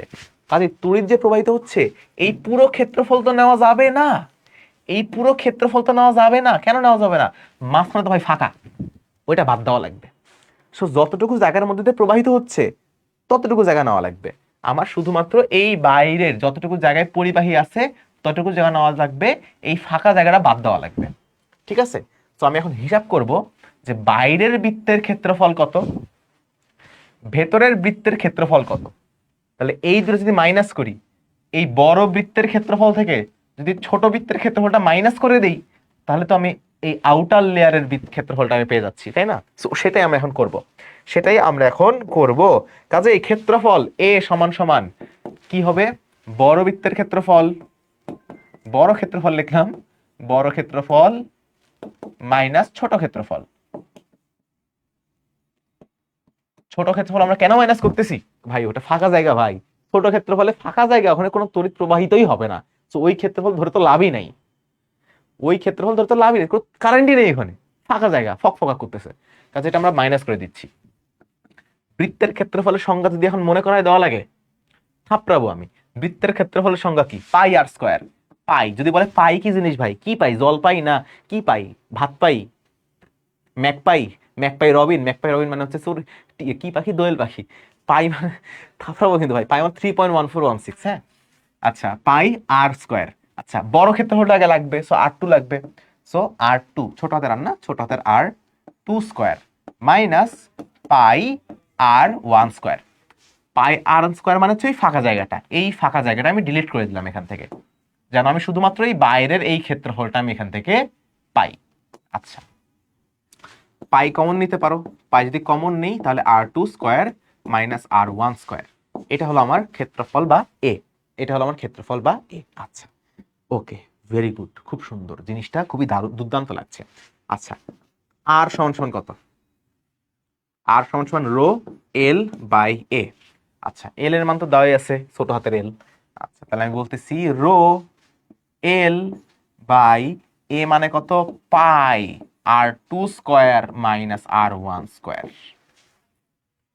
ঠিক আছে, তুমি সাজায় গুজায় এভাবে লিখতে পারো যে এটা সমান সমান আর সমান সমান rho by pi into L divided by R two square minus R one square. এইভাবে লেখা যেতে পারে।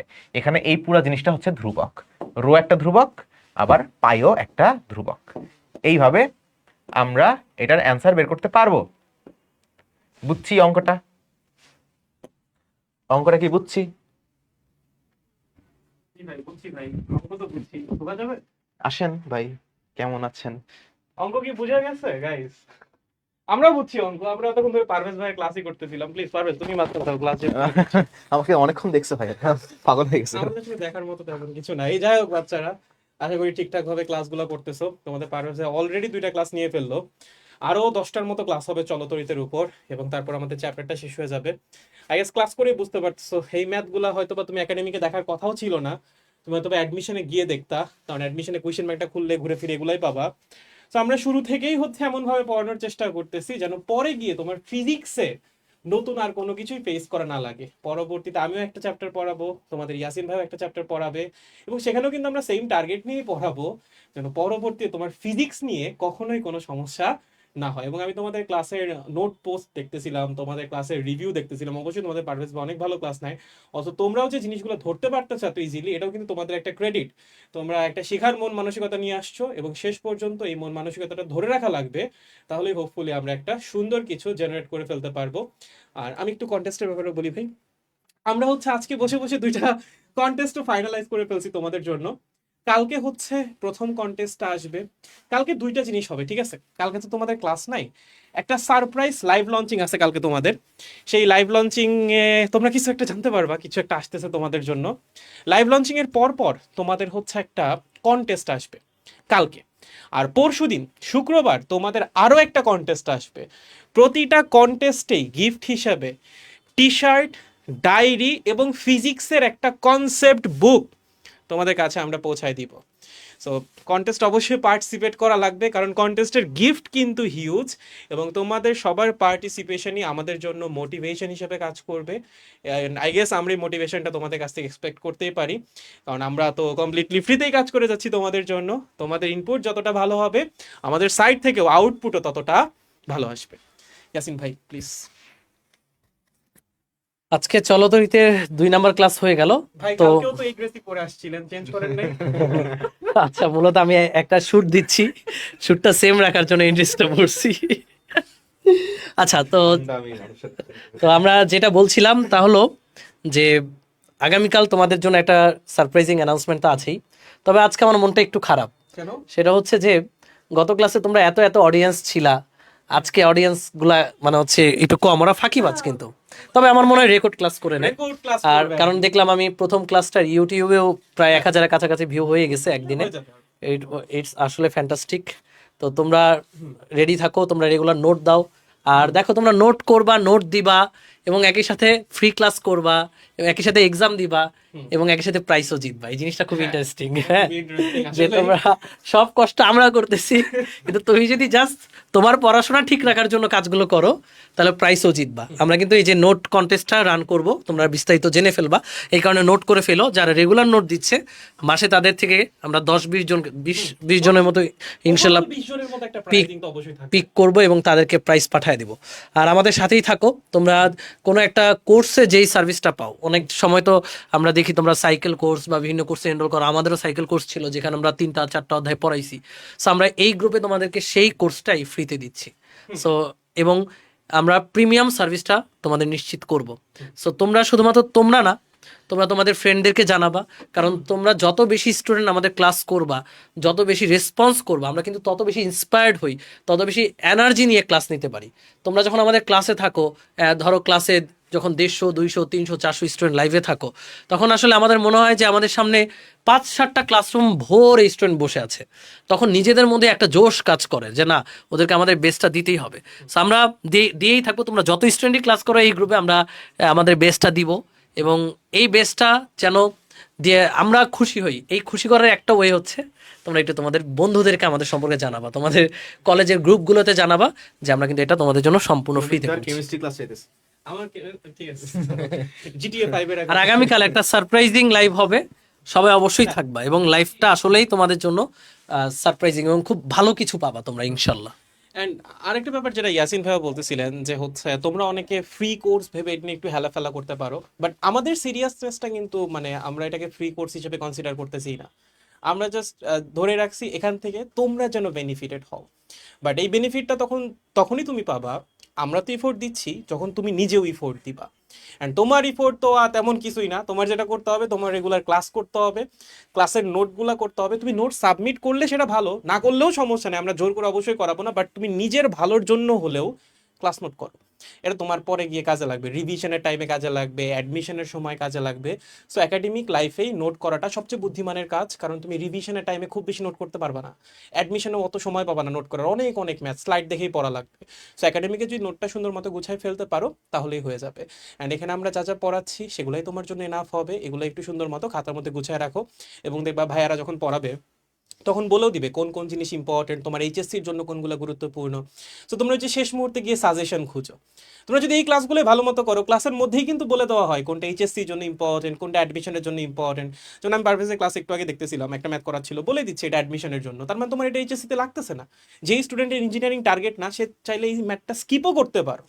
যদিও ফার্স্ট ইয়ারে সবার টার্গেট ইঞ্জিনিয়ারিংই থাকে, যাই হোক সমস্যা নাই, পড়ে যাও আর কি। পড়তে থাকলে একটা সময় মজাও পেয়ে যাবা। প্রথম প্রথম ফিজিক্স একটু বোরিং লাগতে পারে, বাট যত তুমি শিখতে থাকবা, জানতে থাকবা, একটা ভালো লাগা অটোমেটিক্যালি চলে আসবে। এবং আমাদের ক্লাস করলে আশা করি ফিজিক্স ভালোই লাগবে। ওকে, এখন আমরা পারভেজকে ফ্লোরটা আবার ছেড়ে দিই। আর শেষ ভাই। তাও তুমি সুন্দর মতো শেষ করো, তোমার প্যারা নেই। খতম। ঠিক আছে গাইস, নেক্সট ক্লাসে দেখা হবে। নেক্সট ক্লাস ভিডিও পারভেজেরই, আমাদের সাথে আবার দেখা হবে। Good bye. ওকে এভরিওয়ান, সুন্দর মতো শেষ দাও। হ্যাঁ শেষ, বুঝছো, খতম।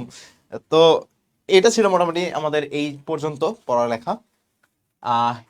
প্রথম দিকে আসলে মেজরিটি জিনিসপত্রই আসলে তোমাদের একটু পরিচিত জিনিসপত্র প্রথম দিকের, এবং আসলে চলচ্চিত্র অধ্যায়টাই পরিচিত হবে। চলচ্চিত্র অধ্যায়টা তোমাদের অনেক জানা পরিচিত, কারণ তোমরা 9-10-এও তো পড়ে আসছো ওই সমান্তরাল, তারপরে শ্রেণী, এগুলো তো পড়ে আসছো না, ওইগুলোরই একটু আপডেট ভার্সন এখানে পাবা, হয়তো কিরসব টিরসব যখন পাবা তখন একটা আপডেট ভার্সন পাবা। বাকি মেজরিটি জিনিসপত্রই কিন্তু এখানে সিমিলার জিনিসপত্র, একই জিনিস, ঠিক আছে? আচ্ছা, এক্সাম কিভাবে দিব? এক্সাম ওয়েবসাইটে দিবা, অথবা ওয়েবসাইটে মনে হয় অত প্যারা নেওয়া লাগবে না তোমাদেরকে, আমি এখানেই টেস্ট মোডের মাধ্যমে এক্সাম নিয়ে নেওয়ার সিস্টেম করে দিব, বুঝছো? টেস্ট মোড এক্সাম দিছো না আগে, এখানেই লিঙ্ক দিয়ে দিব, সবাই যাওয়া, যে এক্সামটা দিবা, দিয়ে দেখবা কি অবস্থা, ঠিক আছে? ওকে, ভালো থেকো, দেখা হবে নেক্সট দিন নেক্সট টপিক নিয়ে, নেক্সট চ্যাপ্টার, চ্যাপ্টার তো না, চ্যাপ্টার তো একই, নেক্সট দিন দেখা হবে আবার আরেকটা টপিক নিয়ে। ভালো থেকো সবাই, আল্লাহ হাফেজ। আচ্ছা, মোস্ট প্রবাবলি আমি হয়তোবা শনিবারে ক্লাস নাও নিতে পারি, আমি জানাই দেবো তোমাদেরকে, ঠিক আছে? ভালো থেকো, আল্লাহ হাফেজ, good night, tata, bye bye.